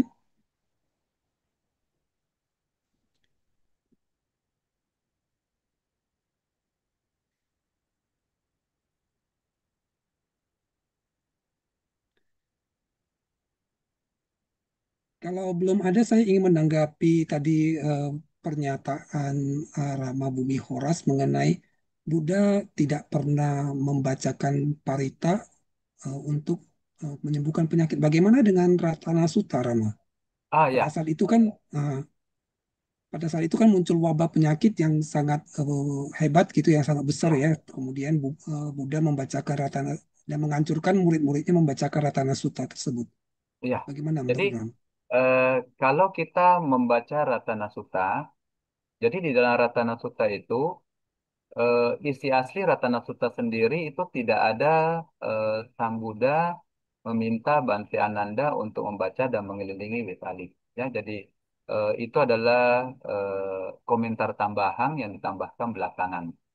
Kalau saya lebih suka memaknai Ratana Sutta itu bagaimana Sang Buddha eh, memberikan pemahaman Dhamma kepada para dewa dan makhluk-makhluk yang ada di sana, bagaimana mereka bisa membalas jasa-jasa manusia yang telah melakukan banyak kebaikan, penghormatan kepada mereka. Ya, dan dikatakan pada saat Ratana Sutta itu kan Sang Buddha memang hadir di sana. Dan biasanya ketika seorang sama Sang Buddha hadir, sering kita mendengar dan membaca bahwa rombongan besar para dewa itu mengikuti. Ya, jadi eh, secara alami ketika rombongan besar para dewa itu mengikuti, maka makhluk-makhluk yang lebih rendah itu akan menyingkir. Jadi Wesali itu kan kita tahu juga dari Ratana Sutta, memang pada saat itu karena mayat, bangkai itu bergelimpangan sehingga malu-malu halus dari yang lebih rendah itu banyak yang hadir untuk makan seperti itu. Dan ketika Buddha hadir, dikatakan eh, para dewa yang tingkatannya lebih tinggi juga rombongan besar hadir. Nah, makhluk-makhluk yang lebih rendah itu kemudian menyingkirkan diri. Ya, dan kejadiannya mungkin mirip-mirip seperti di dalam kisah Jambukatera, di mana Sang Buddha pada saat itu akan datang berkunjung menyadarkan Jambuka. Jambuka ini tinggal di tempat pembuangan kotoran. Jadi ketika para dewa mengetahui bahwa Sang Buddha akan berkunjung ke Jambuka untuk menyadarkan Jambuka ini, nah para dewa kemudian membersihkan tempat kotoran itu, ya. Karena para dewa itu tidak mau guru agung mereka itu hadir dan mendapatkan efek buruk lah, bau apa semua kan tempat pembuangan kotoran gitu. Jadi para dewa sebelum Buddha hadir itu mereka membersihkan tempat Jambuka itu seperti itu. Ya, jadi ya pemahaman saya kurang lebih seperti itu lama. Ya, ya, baik. Pertanyaan lanjutannya dari Bapak Erik Sukihoto Romo, ada ajaran atau dhamma yang mudah dipahami oleh para pemula? Terima kasih, Ah, Romo. iya, ini pertanyaan yang sangat bagus dan sebenarnya kita semua itu adalah pemula, ya. Jadi dhamma yang Sang Buddha ajarkan itu sebenarnya cocok untuk semuanya. Bahkan bagi seorang anak kecil pun dhamma itu sudah begitu luar biasa, ya. Jadi yang berperanan bagi orang-orang yang mulai mengenal dhamma itu sebenarnya adalah orang-orang terdekatnya. Jadi contoh misalnya bagi pemula, pemula sekali yang bahkan anak kecil, ya. Nah, anak kecil itu bisa mengenal dhamma dari mana? Dari orang tuanya. Jadi ketika misalnya dia jatuh, kemudian menangis karena sakit. Nah, orang tua sebagai guru terdekat itu bisa mengenalkan dhamma yang indah, tidak menyalahkan, tidak mencari kambing hitam, ya. Orang tua Kalau yang tidak mengenal damai itu kan ngajarnya begini, lantainya dipukul. Ini memang lantai nakal, bikin adik sampai jatuh. Lain kali jangan licin begini ya, jangan sampai adik jatuh lagi. Nah, orang tua kalau tidak bijaksana, dia sudah mengajarkan sebenarnya kepada anaknya untuk mencari kambing hitam, membuang kesalahan diri sendiri, kelengahan diri sendiri, berjalan berlari tidak hati-hati hingga jatuh kepada objek lain. Sehingga ketika orang tua tidak mengajarkan dhamma yang sederhana seperti ini saja, maka kelak anak itu dididik menjadi orang-orang yang selalu mencari kambing hitam atas segala masalah yang sebenarnya dilakukan oleh dirinya sendiri. Jadi orang tua adalah teman yang paling dekat dari anak yang dikatakan sangat pemula, ya. Ketika anak-anak jatuh, orang tua bisa mengajarkan, ya, adik lain kali hati-hati jalannya, jangan sambil cerita, jangan sambil main-main, lari-lari juga hati-hati, lihat-lihat keadaan, seperti itu, ya. Nah itu kan ketika jatuh ya sakit. Sang Buddha mengatakan ya memang ketika orang-orang jatuh ya sakit, itulah penderitaan, itulah ataloka dhamma. Nah, dengan merenungkan hal-hal seperti itu, anak-anak sejak kecil itu sudah mulai kenal Ataloka Dhamma. Jadi tidak menunggu mereka dewasa, mereka paham, oh ternyata celaan, hinaan, untung, rugi, bahagia, penderitaan, itu ternyata mereka alami sejak mereka kecil sampai mereka nanti dewasa. Jadi Dhamma sebenarnya itu indah pada awal, indah pada pertengahan, indah pada akhir. Dan kapan seseorang membutuhkan Dhamma yang lebih indah, lebih tinggi, apakah mereka pada saat sudah mengenal Dhamma, mereka kemudian melihat, wah, Dhamma ini luar biasa ya, menjawab banyak sekali masalah-masalah kehidupan. Bahkan Sang Buddha mengatakan, orang-orang mendengarkan Dhamma di dalam sutta dikatakan langsung mencapai kesucian. Ya, akhirnya dia bisa mencari, oh ternyata ada Dhamma yang lebih indah. Belajarlah, bukan cuma sutta, belajarlah Abhidhamma. Ya, belajar Abhidhamma bisa melihat, bisa menjelaskan apa yang abu-abu, yang mungkin sutta belum terlalu kuat mengupasnya, bisa dilihat secara Abhidhamma.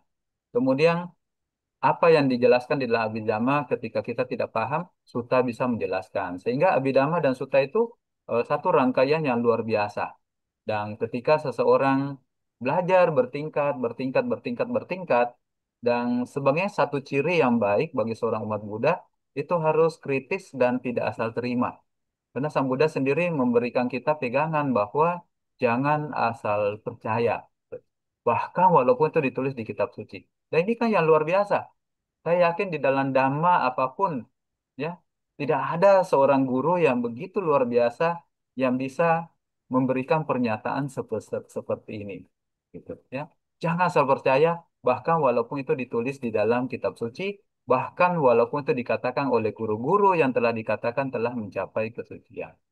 Dan inilah keindahan Dhamma ketika kita belajar sesuai dengan tahapan kebijaksanaan kita, kita bisa menerima pelan-pelan. Kalau ada yang kita belum bisa menerima, kita sekarang lebih beruntung, ya, bisa akses YouTube, bisa akses Google, bisa mencari dari sumber-sumber. Banyak teman-teman yang menguasai Dhamma, ya, sama seperti tadi baru masuk Zoom, saya lihat Rama Joni Anggara, wah, ini saudaranya Bapak Indra Anggara nih penerjemah kitab suci. Ya, saya bilang wah beruntung ini. Tapi akhirnya ketemu juga Rama Joni Anggara, anggaranya sama, ternyata bukan saudara ya, tapi beruntung juga bisa ketemu sahabat sedama dari daerah lain ya Rama ya. Oke, Iya, seperti itu. benar Jadi ini.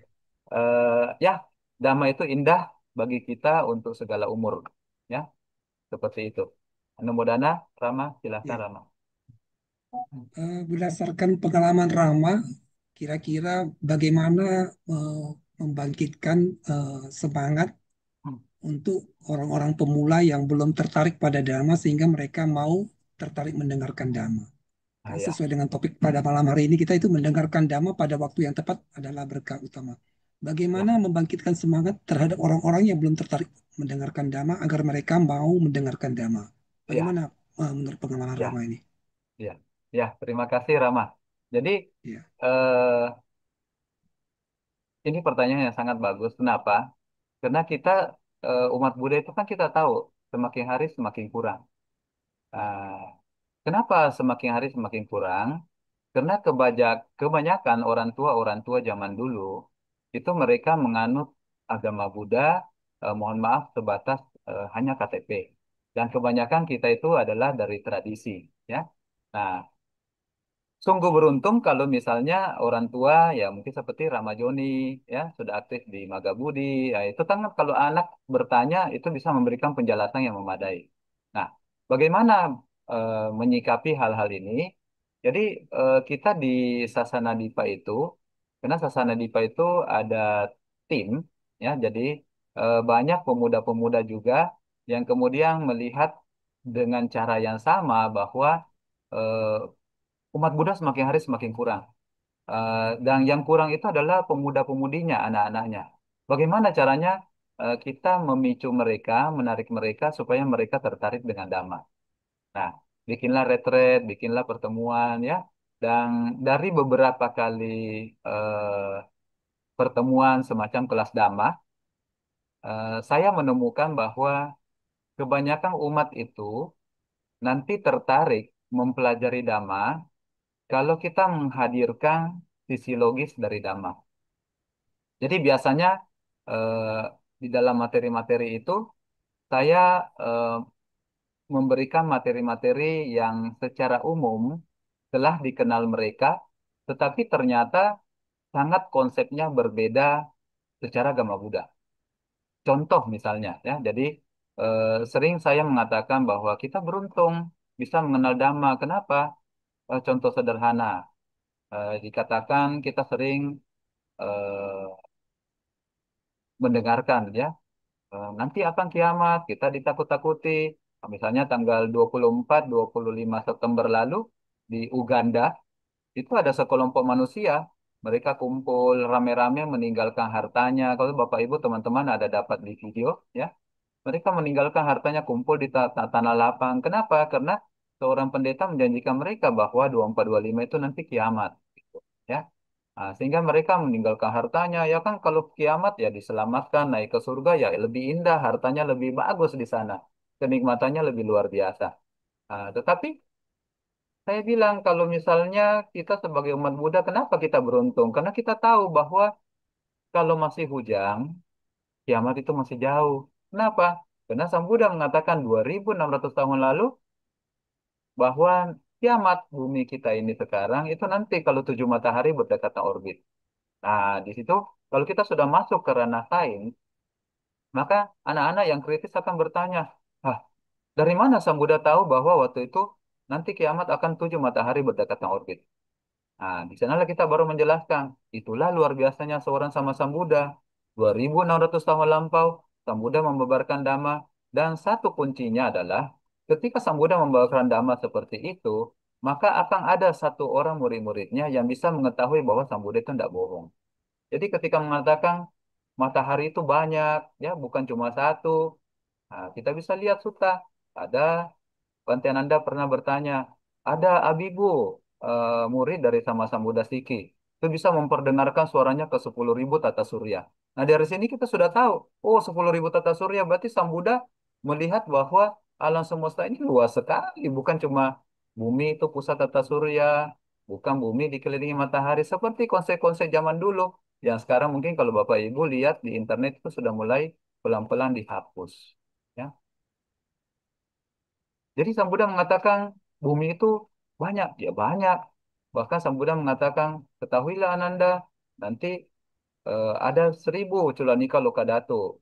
Nah, saya biasa suka mengajarkan ke anak-anak yang masih muda, kalian belajar IPA enggak di sekolah? Ya, tahu enggak kalau 100 bumi ini, 1.000 bumi ini kumpul, disebut apa? Disebut galaksi. Kalau cuma satu bumi, satu matahari, tata surya. Ya, Sang Buddha bilang itu Culanika Lokadato. Kemudian ada ada enggak 1.000 galaksi lagi berkumpul? Oh, yang disebut klaster. Nah, itu disebut Majjhima Nikka Lokadato. Itu 2.600 tahun lalu loh, sebelum ada teleskop Hubble yang dipasang di gurun Amerika yang sampai bisa menangkap. Sekarang eh, Tiongkok itu lebih hebat lagi. Teleskopnya dikirim ke luar angkasa ke satelit, ya. sehingga bisa melihat bahwa alam semesta itu tidak seperti yang diceritakan di buku-buku yang begitu diagungkan gitu ya. Jadi kita punya pemahaman sendiri yang luar biasa dan saya mengatakan kalau kalian belajar sains, maka kalian akan melihat sains itu akan membuktikan banyak hal di dalam agama Buddha ya. Jadi saya suka memberi mereka masukan seperti itu sehingga karena mereka orang-orang yang terpelajar, mereka mau belajar, mereka akhirnya terpicu mencari tahu. Benar tidak Sambuddha bilang begini? Benar tidak Sambuddha bilang begini? Ya, jadi alam semesta luas, luas. Bahkan Sambuddha mengatakan kepada Bante Ananda, kalau beliau mau, maka seorang sama Sambuddha bisa membabarkan dhamma, memperdengarkan suaranya ke Ti Sahasi Mahasahasi Culani kalau Kadatu bahkan lebih. Ya, jadi lebih besar dari satu klaster gitu. Karena di alam semesta ribuan klaster bisa kumpul lagi menjadi super klaster. Ya. Nah, seperti itu. Kemudian bagaimana dengan konsep manusia-manusia pertama? Nah, itu juga topik yang menyenangkan bagi eh, anak-anak muda. Kenapa? Karena mereka sudah terbiasa berpikir kritis, ya. Bagaimana Sang Buddha membabarkan Agana Sutta makhluk-makhluk pertama hanya karena membantah konsep teori bahwa seseorang terlahir itu dari awal sudah hina dan sudah mulia. Jadi di India dulu kan ada kasta. Kasta itu kan membagi orang-orang menjadi hina dan mulia karena kelahiran. Dan ketika Buddha mencapai kesucian, Buddha membantah keras. Buddha mengatakan bukan karena kelahiran seseorang menjadi hina dan mulia. Nah, biasanya saya tanya kepada mereka ke anak-anak, kalian mau enggak karena kelahiran karena kalian dianggap hina atau mulia? Nah, pasti mereka bilang tidak. Kenapa? Karena mereka terlahir dari berbagai macam. Kebanyakan kan eh, anak-anak pengusaha atau bukan anak pekerja, ya. Tidak ada yang anaknya bapaknya raja atau menteri seperti itu. Sehingga mereka sadar, iya, bukan karena kelahiran atau seseorang menjadi hina atau mulia, tetapi karena apa yang dia lakukan melalui pikiran, ucapan, dan perbuatannya membuat seseorang hina atau mulia. Nah, bahaslah mulai dari kenapa sampai kasta-kasta, sistem kasta itu ada di India. Nah, nanti masuk ke sampai Agana Sutta, bagaimana makhluk-makhluk awal muncul di bumi ini, mulai dari alam Abasara. Nah, itu kan kalau di Agana Sutta dibabarkan dengan sangat indah. Bagaimana makhluk-makhluk itu kemudian memenuhi bumi kita ini dan berevolusi pelan-pelan. Saya sering mengatakan, seandainya Darwin masih hidup dan ketemu Dhamma, dia bisa memperbaiki teori evolusi yang telah diajarkan kepada dunia. Ya, kenapa? Karena kan kalau Darwin masih mengatakan kera itu nenek moyang manusia. Padahal yang sebenarnya, ya kera dengan manusia itu sama-sama satu famili. Mereka masuk di famili Hominidae. Ya, kenapa? Kalau Bapak Ibu bisa lihat, tahu nggak bedanya monyet sama kera? Nah, ini juga satu materi yang saya suka bawa untuk mereka. Karena kalau sains, orang-orang tertarik gitu. Ya, monyet dengan kera bedanya apa? Eh, Kenapa manusia masuk satu famili dengan kera? Karena kera itu ya kita punya tulang belakang, tulang ekor, mohon maaf ya, tulang ekor. Nah, kera juga punya tulang ekor. Nah, terus apa bedanya monyet dengan kera? Monyet itu berjalan 4 kaki, kemudian ekornya panjang. Kalau kera, kera itu jalannya 2 kaki, hampir tegak seperti manusia dan ekornya pendek. Monyet dan kera sendiri saja itu tidak satu famili loh, ya. Mereka beda famili, tapi manusia dengan kera satu famili. Nah, kalau kita membahas sampai di Agana Sutta, di sana dengan sangat jelas diceritakan bagaimana makhluk-makhluk Abasara itu kemudian berevolusi menjadi makhluk-makhluk yang ada di seluruh bumi ini. Ya. Sehingga mereka bisa eh, menerima, sering saya mengatakan, kenapa obat-obatan dites kepada tikus? Kenapa tidak dites saja langsung ke manusia? Ya iya, karena secara taksonomi, secara genetika, tikus itu mirip-mirip dengan manusia, ya. Ada babi, ada macam-macam. Kenapa? Karena sumbernya sama dari alam basara gitu, ya. Jadi biasanya mereka kalau dirangkai dengan sains dan kita sih tenang-tenang saja. Karena saya ingat dari dulu ketika kita kecil, kita diajarkan sains itu jalan sendiri, ya, sebelah kiri. Kalau agama itu jalan sendiri, tidak bisa sama-sama. Justru kita berbahagia karena mengenal dhamma, sains bisa membuktikan bahwa agama Buddha itu luar biasa. Bagaimana dengan kelahiran kembali? Wow, sekarang sains itu luar biasa. Hipnoterapi, hipnotis, ya, hipnoterapi sudah dipelajari di dalam biologi, di dalam dunia kedokteran, ya. Sehingga itu bisa membuka wawasan orang bahwa memang ada kelahiran kembali, bukan cuma satu kali kelahiran seperti itu, ya. Jadi hal-hal ini bisa membuat pemuda-pemuda ini kemudian mereka mencari lebih jauh. Apakah benar Dhamma itu begitu luar biasa? Ya, jadi kalau saya melihat mereka tertarik dengan hal-hal yang berbau saintis, sehingga itu memuaskan rasa ingin tahu mereka. Dan ketika mereka itu menemukan, mereka bisa melihat bahwa Dhamma itu luar biasa. Ya, jadi dari beberapa kali retret yang teman-teman adakan dan setelah diisi, dan memang banyak pemuda-pemuda baru yang kemudian terpicu untuk semakin yakin kepada Dhamma, ya. Tapi tentunya itu juga tergantung kepada orang tuanya, karena banyak orang tua yang sejak awal sudah salah. Mereka berpikir semua agama, mohon maaf, itu sama, ya. Padahal kalau mereka memahami Dhamma, ya memang sama, sama secara kasar, ya. Tapi kalau dipahami dengan lebih dalam, Buddhism itu sangat unik, Dhamma itu sangat unik, ya. Contoh sederhana, kita diajarkan untuk tidak membunuh. Agama lain juga mengajarkan tidak membunuh. Tapi kalau kita bahas lebih jauh, tidak membunuh manusia, membunuh binatang, oke-oke saja, gitu kan? Tapi kalau dalam Dhamma, bahkan seekor nyamuk, seekor semut pun itu tidak dibunuh. Kenapa? Karena secara Dhamma dikatakan mereka juga adalah salah satu makhluk penghuni 31 alam kelahiran. Ya. Jadi sangat berbeda sebenarnya.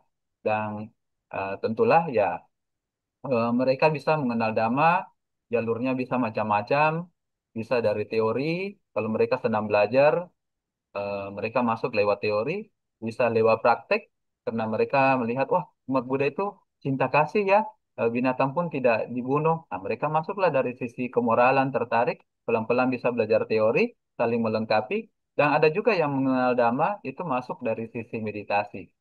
Dia melihat, ngapain sih ini orang-orang meditasi duduk tenang begitu. Terus orang-orang yang meditasi, oh kok kebanyakan tenang-tenang. Ya syukur, dia tidak pernah ketemu orang-orang yang meditasi tapi tambah meditasi mengaku sudah jana tapi suka marah gitu, ya. Ya itu adalah kondisi-kondisi beruntung di mana mereka ketemu hal-hal yang indah sehingga mereka bisa ketemu Dhamma. Jadi eh, intinya sebenarnya Dhamma itu luar biasa, eh, banyak sisi yang kita bisa tampilkan ke mereka, dan salah satu yang paling utama adalah Dhamma yang Sang Buddha ajarkan itu bebas dari polemik magical gitu, ya. Jadi itu sangat logis.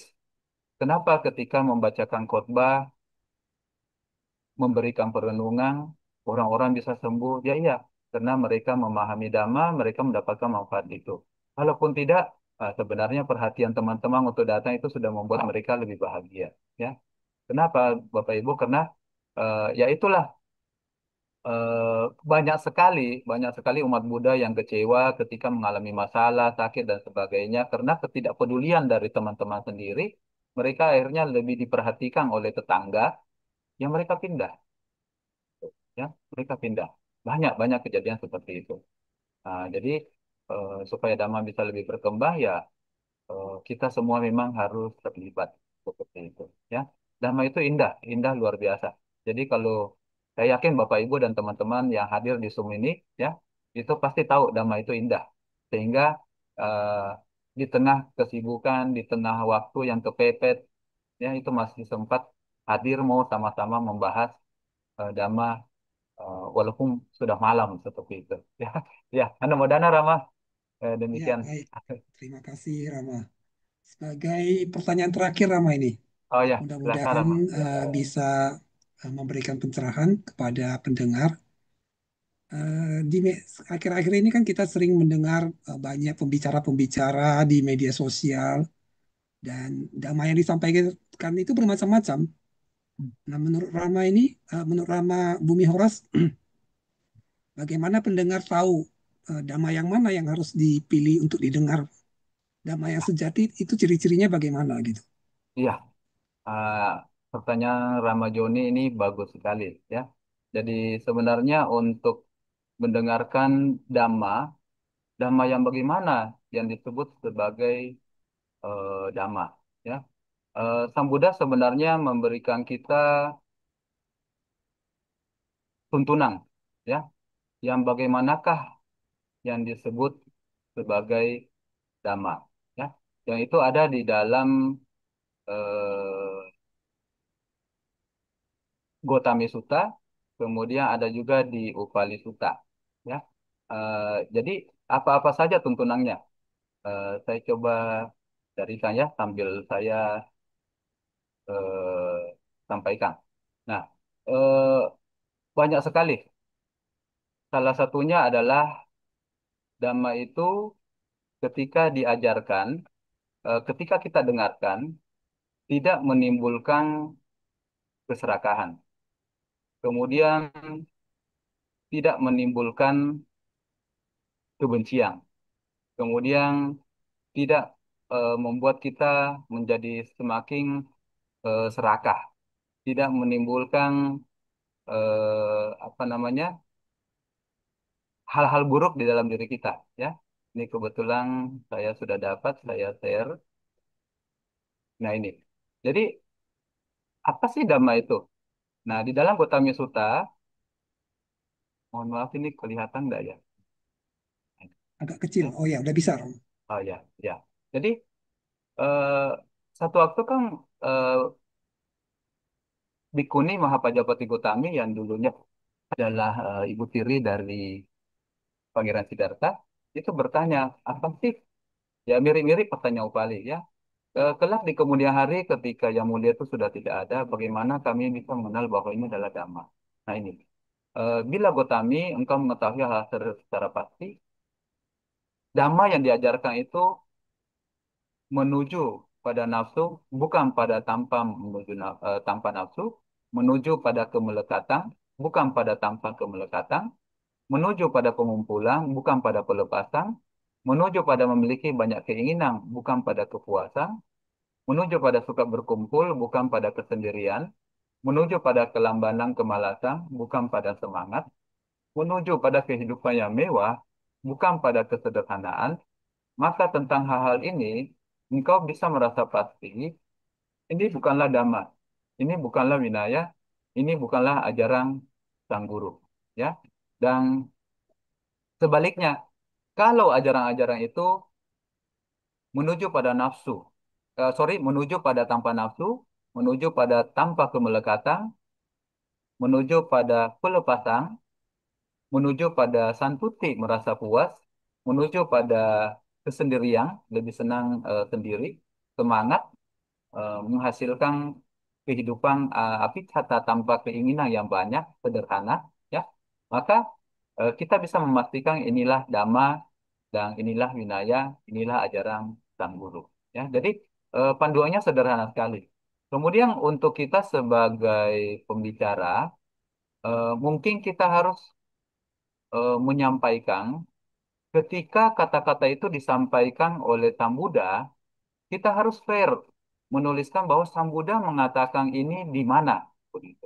Ya, sehingga orang-orang yang ingin belajar lebih jauh, mereka bisa mencari sumbernya. Betul nggak yang dikatakan ini, gitu. Ya, jadi Majjhima Nikaya sekian, sekian, sekian begitu. Ya, kenapa? Karena hati-hati, Bapak Ibu, teman-teman, di zaman sekarang memang banyak sekali yang apalagi media sosial begitu luar biasa, ya. Banyak sekali hal-hal yang membuat kita sendiri bingung, gitu, ya. Sang Buddha katanya bilang begini, eh, tapi sepengetahuan saya harusnya kan tidak begini, gitu. Nah, pada saat timbul kebingungan begitu, mari kita mendengarkan dhamma, mari kita mendengarkan dhamma dari guru-guru juga yang memang secara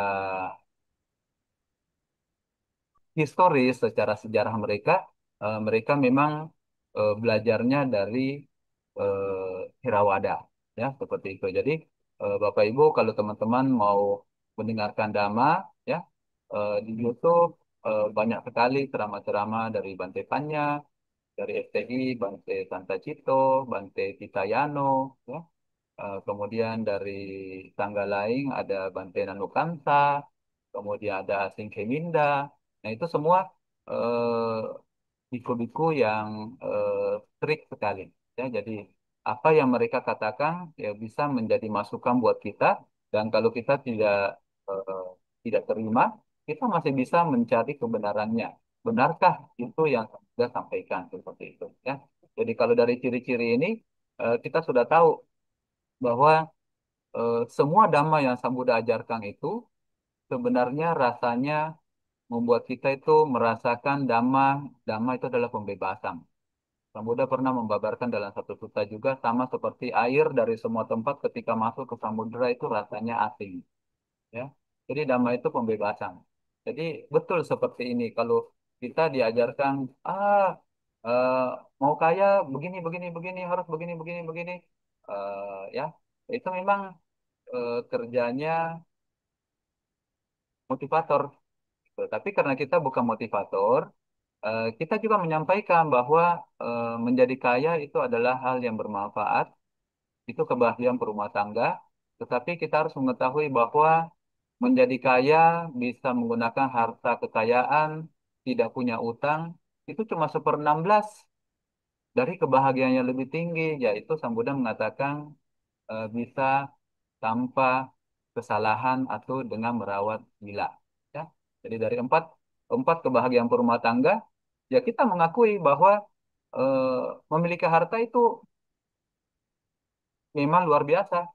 Tidak punya utang itu juga luar biasa. Kebahagiaan sebagai berumah tangga. Terus selain memiliki harta, kita bisa menggunakan harta tersebut. Ya, hati suka, boga suka, hanyanya suka. Tetapi yang paling luar biasa adalah Sang Buddha mengatakan, ana wajah suka. Tiga yang di atas itu ditambah tidak lebih 1/16. Nah, itulah tugas kita sebagai mungkin ya pembabat dhamma, ya. Jadi tidak menafikan bahwa kita punya kebahagiaan sebagai perumah tangga, tetapi karena itu bukan tujuan kita belajar dhamma, maka penekanannya adalah ada kebahagiaan yang lebih tinggi dengan mempraktekkan moralitas seperti itu. Ya, itu mungkin Ramajoni Baik, Anumodana. baik, terima kasih. Ibu Bapak, saudara-saudari yang berbahagia di dalam Dhamma. Baiklah, sebelum kita menutup acara Dhamma Sakaca Online pada malam hari ini, kami persilakan kepada Rama Bumi Horas untuk memberikan closing statementnya, inti-inti dari pemaparan Dhamma pada malam hari ini. Silakan Rama.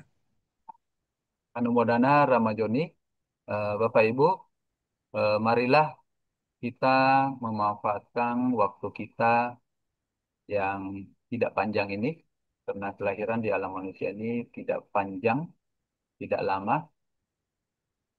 Bentar lagi akhir tahun, kita sudah semakin tua, bertambah, dan belum tentu kita bisa sampai pada tahapan itu.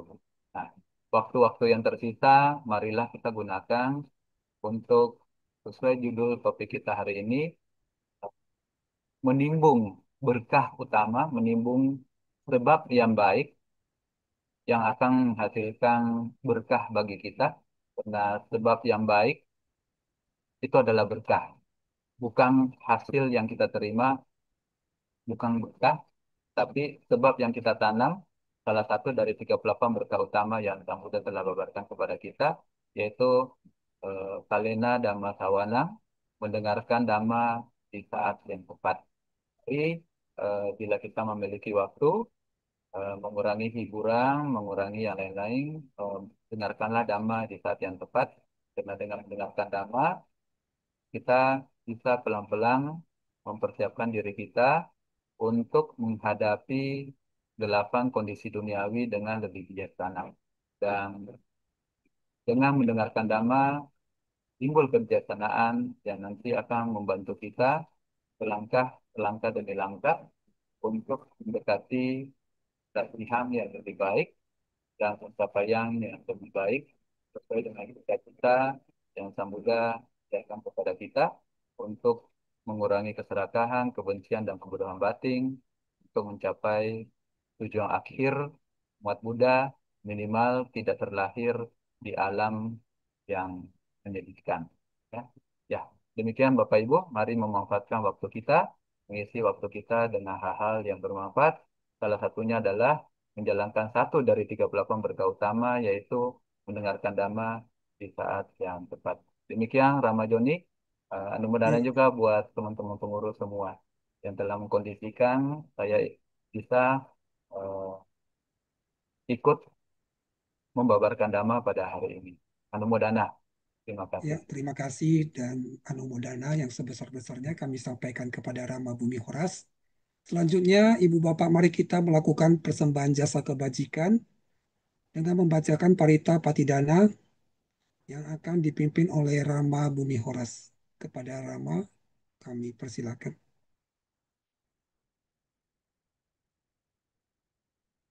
Kepada operator, tolong dibantu. Baik, Bapak Ibu yang berbahagia, setelah kita melakukan perbuatan baik, marilah kita melimpahkan jasa kepada semua makhluk. Anda mayam pati danang karo makti punya Ya, tidak anda dikata dikata sa sah jananya nikata nime janani tesan cabagino hontu untuk sata satananta anta pamanaka pamana ye tiya ye piya gunawanta ca gunawan taja maya mata maya pita mata dayo pita dayo ikame kita me cap sapya yaditawa ditalwa anye anye maja maja awe dewa no verino Satta satta tikan titan tito kasmin te bumma catuyo nika pance kacatuwo kara samsaranta bhawa bawe nyatang ye patidanamne anumodan tute sayang ye cimang napajananti Dewate sang niwedayung maya dinyana punyanang anumodana hetuna sabde satta sadahontu awera sukha jiwino hema padan capapontu Tesasasi datang subah sadu Adha sadu sadu. Selanjutnya, marilah kita tutup acara pada malam hari ini dengan membacakan nama Karapata. Kepada audiens diharapkan bersikap anjali. Arahang Samma Sambuddho Bhagawa Buddhang Bhagawantang Abhiwademi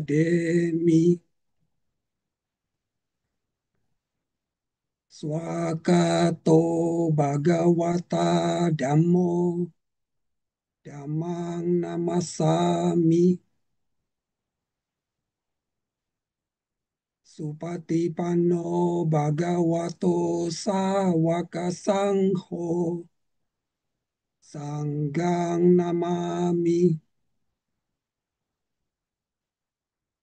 Demikianlah Ibu Bapak, Saudara-saudari yang berbahagia di dalam Dhamma, rangkaian acara pada malam hari ini. Kami mohon maaf bila ada kesalahan baik yang disengaja ataupun tidak disengaja. Tidak lupa kami berterima kasih kepada para donatur dan Ibu Bapak yang telah mendukung terlaksananya acara pada malam hari ini. Kami selaku moderator mohon pamit. Sotihotu, selamat malam, Namo Buddhaya. Kepada operator, kalau ada pengumuman silakan.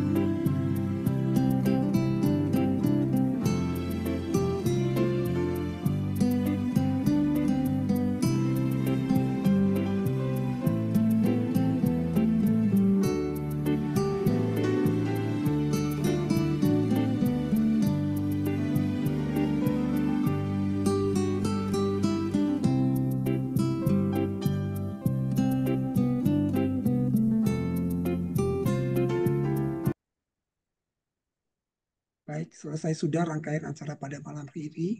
Pada malam hari ini, saya izin pamit. Terima kasih. Sotihotu Namo Buddhaya. Oh, boleh.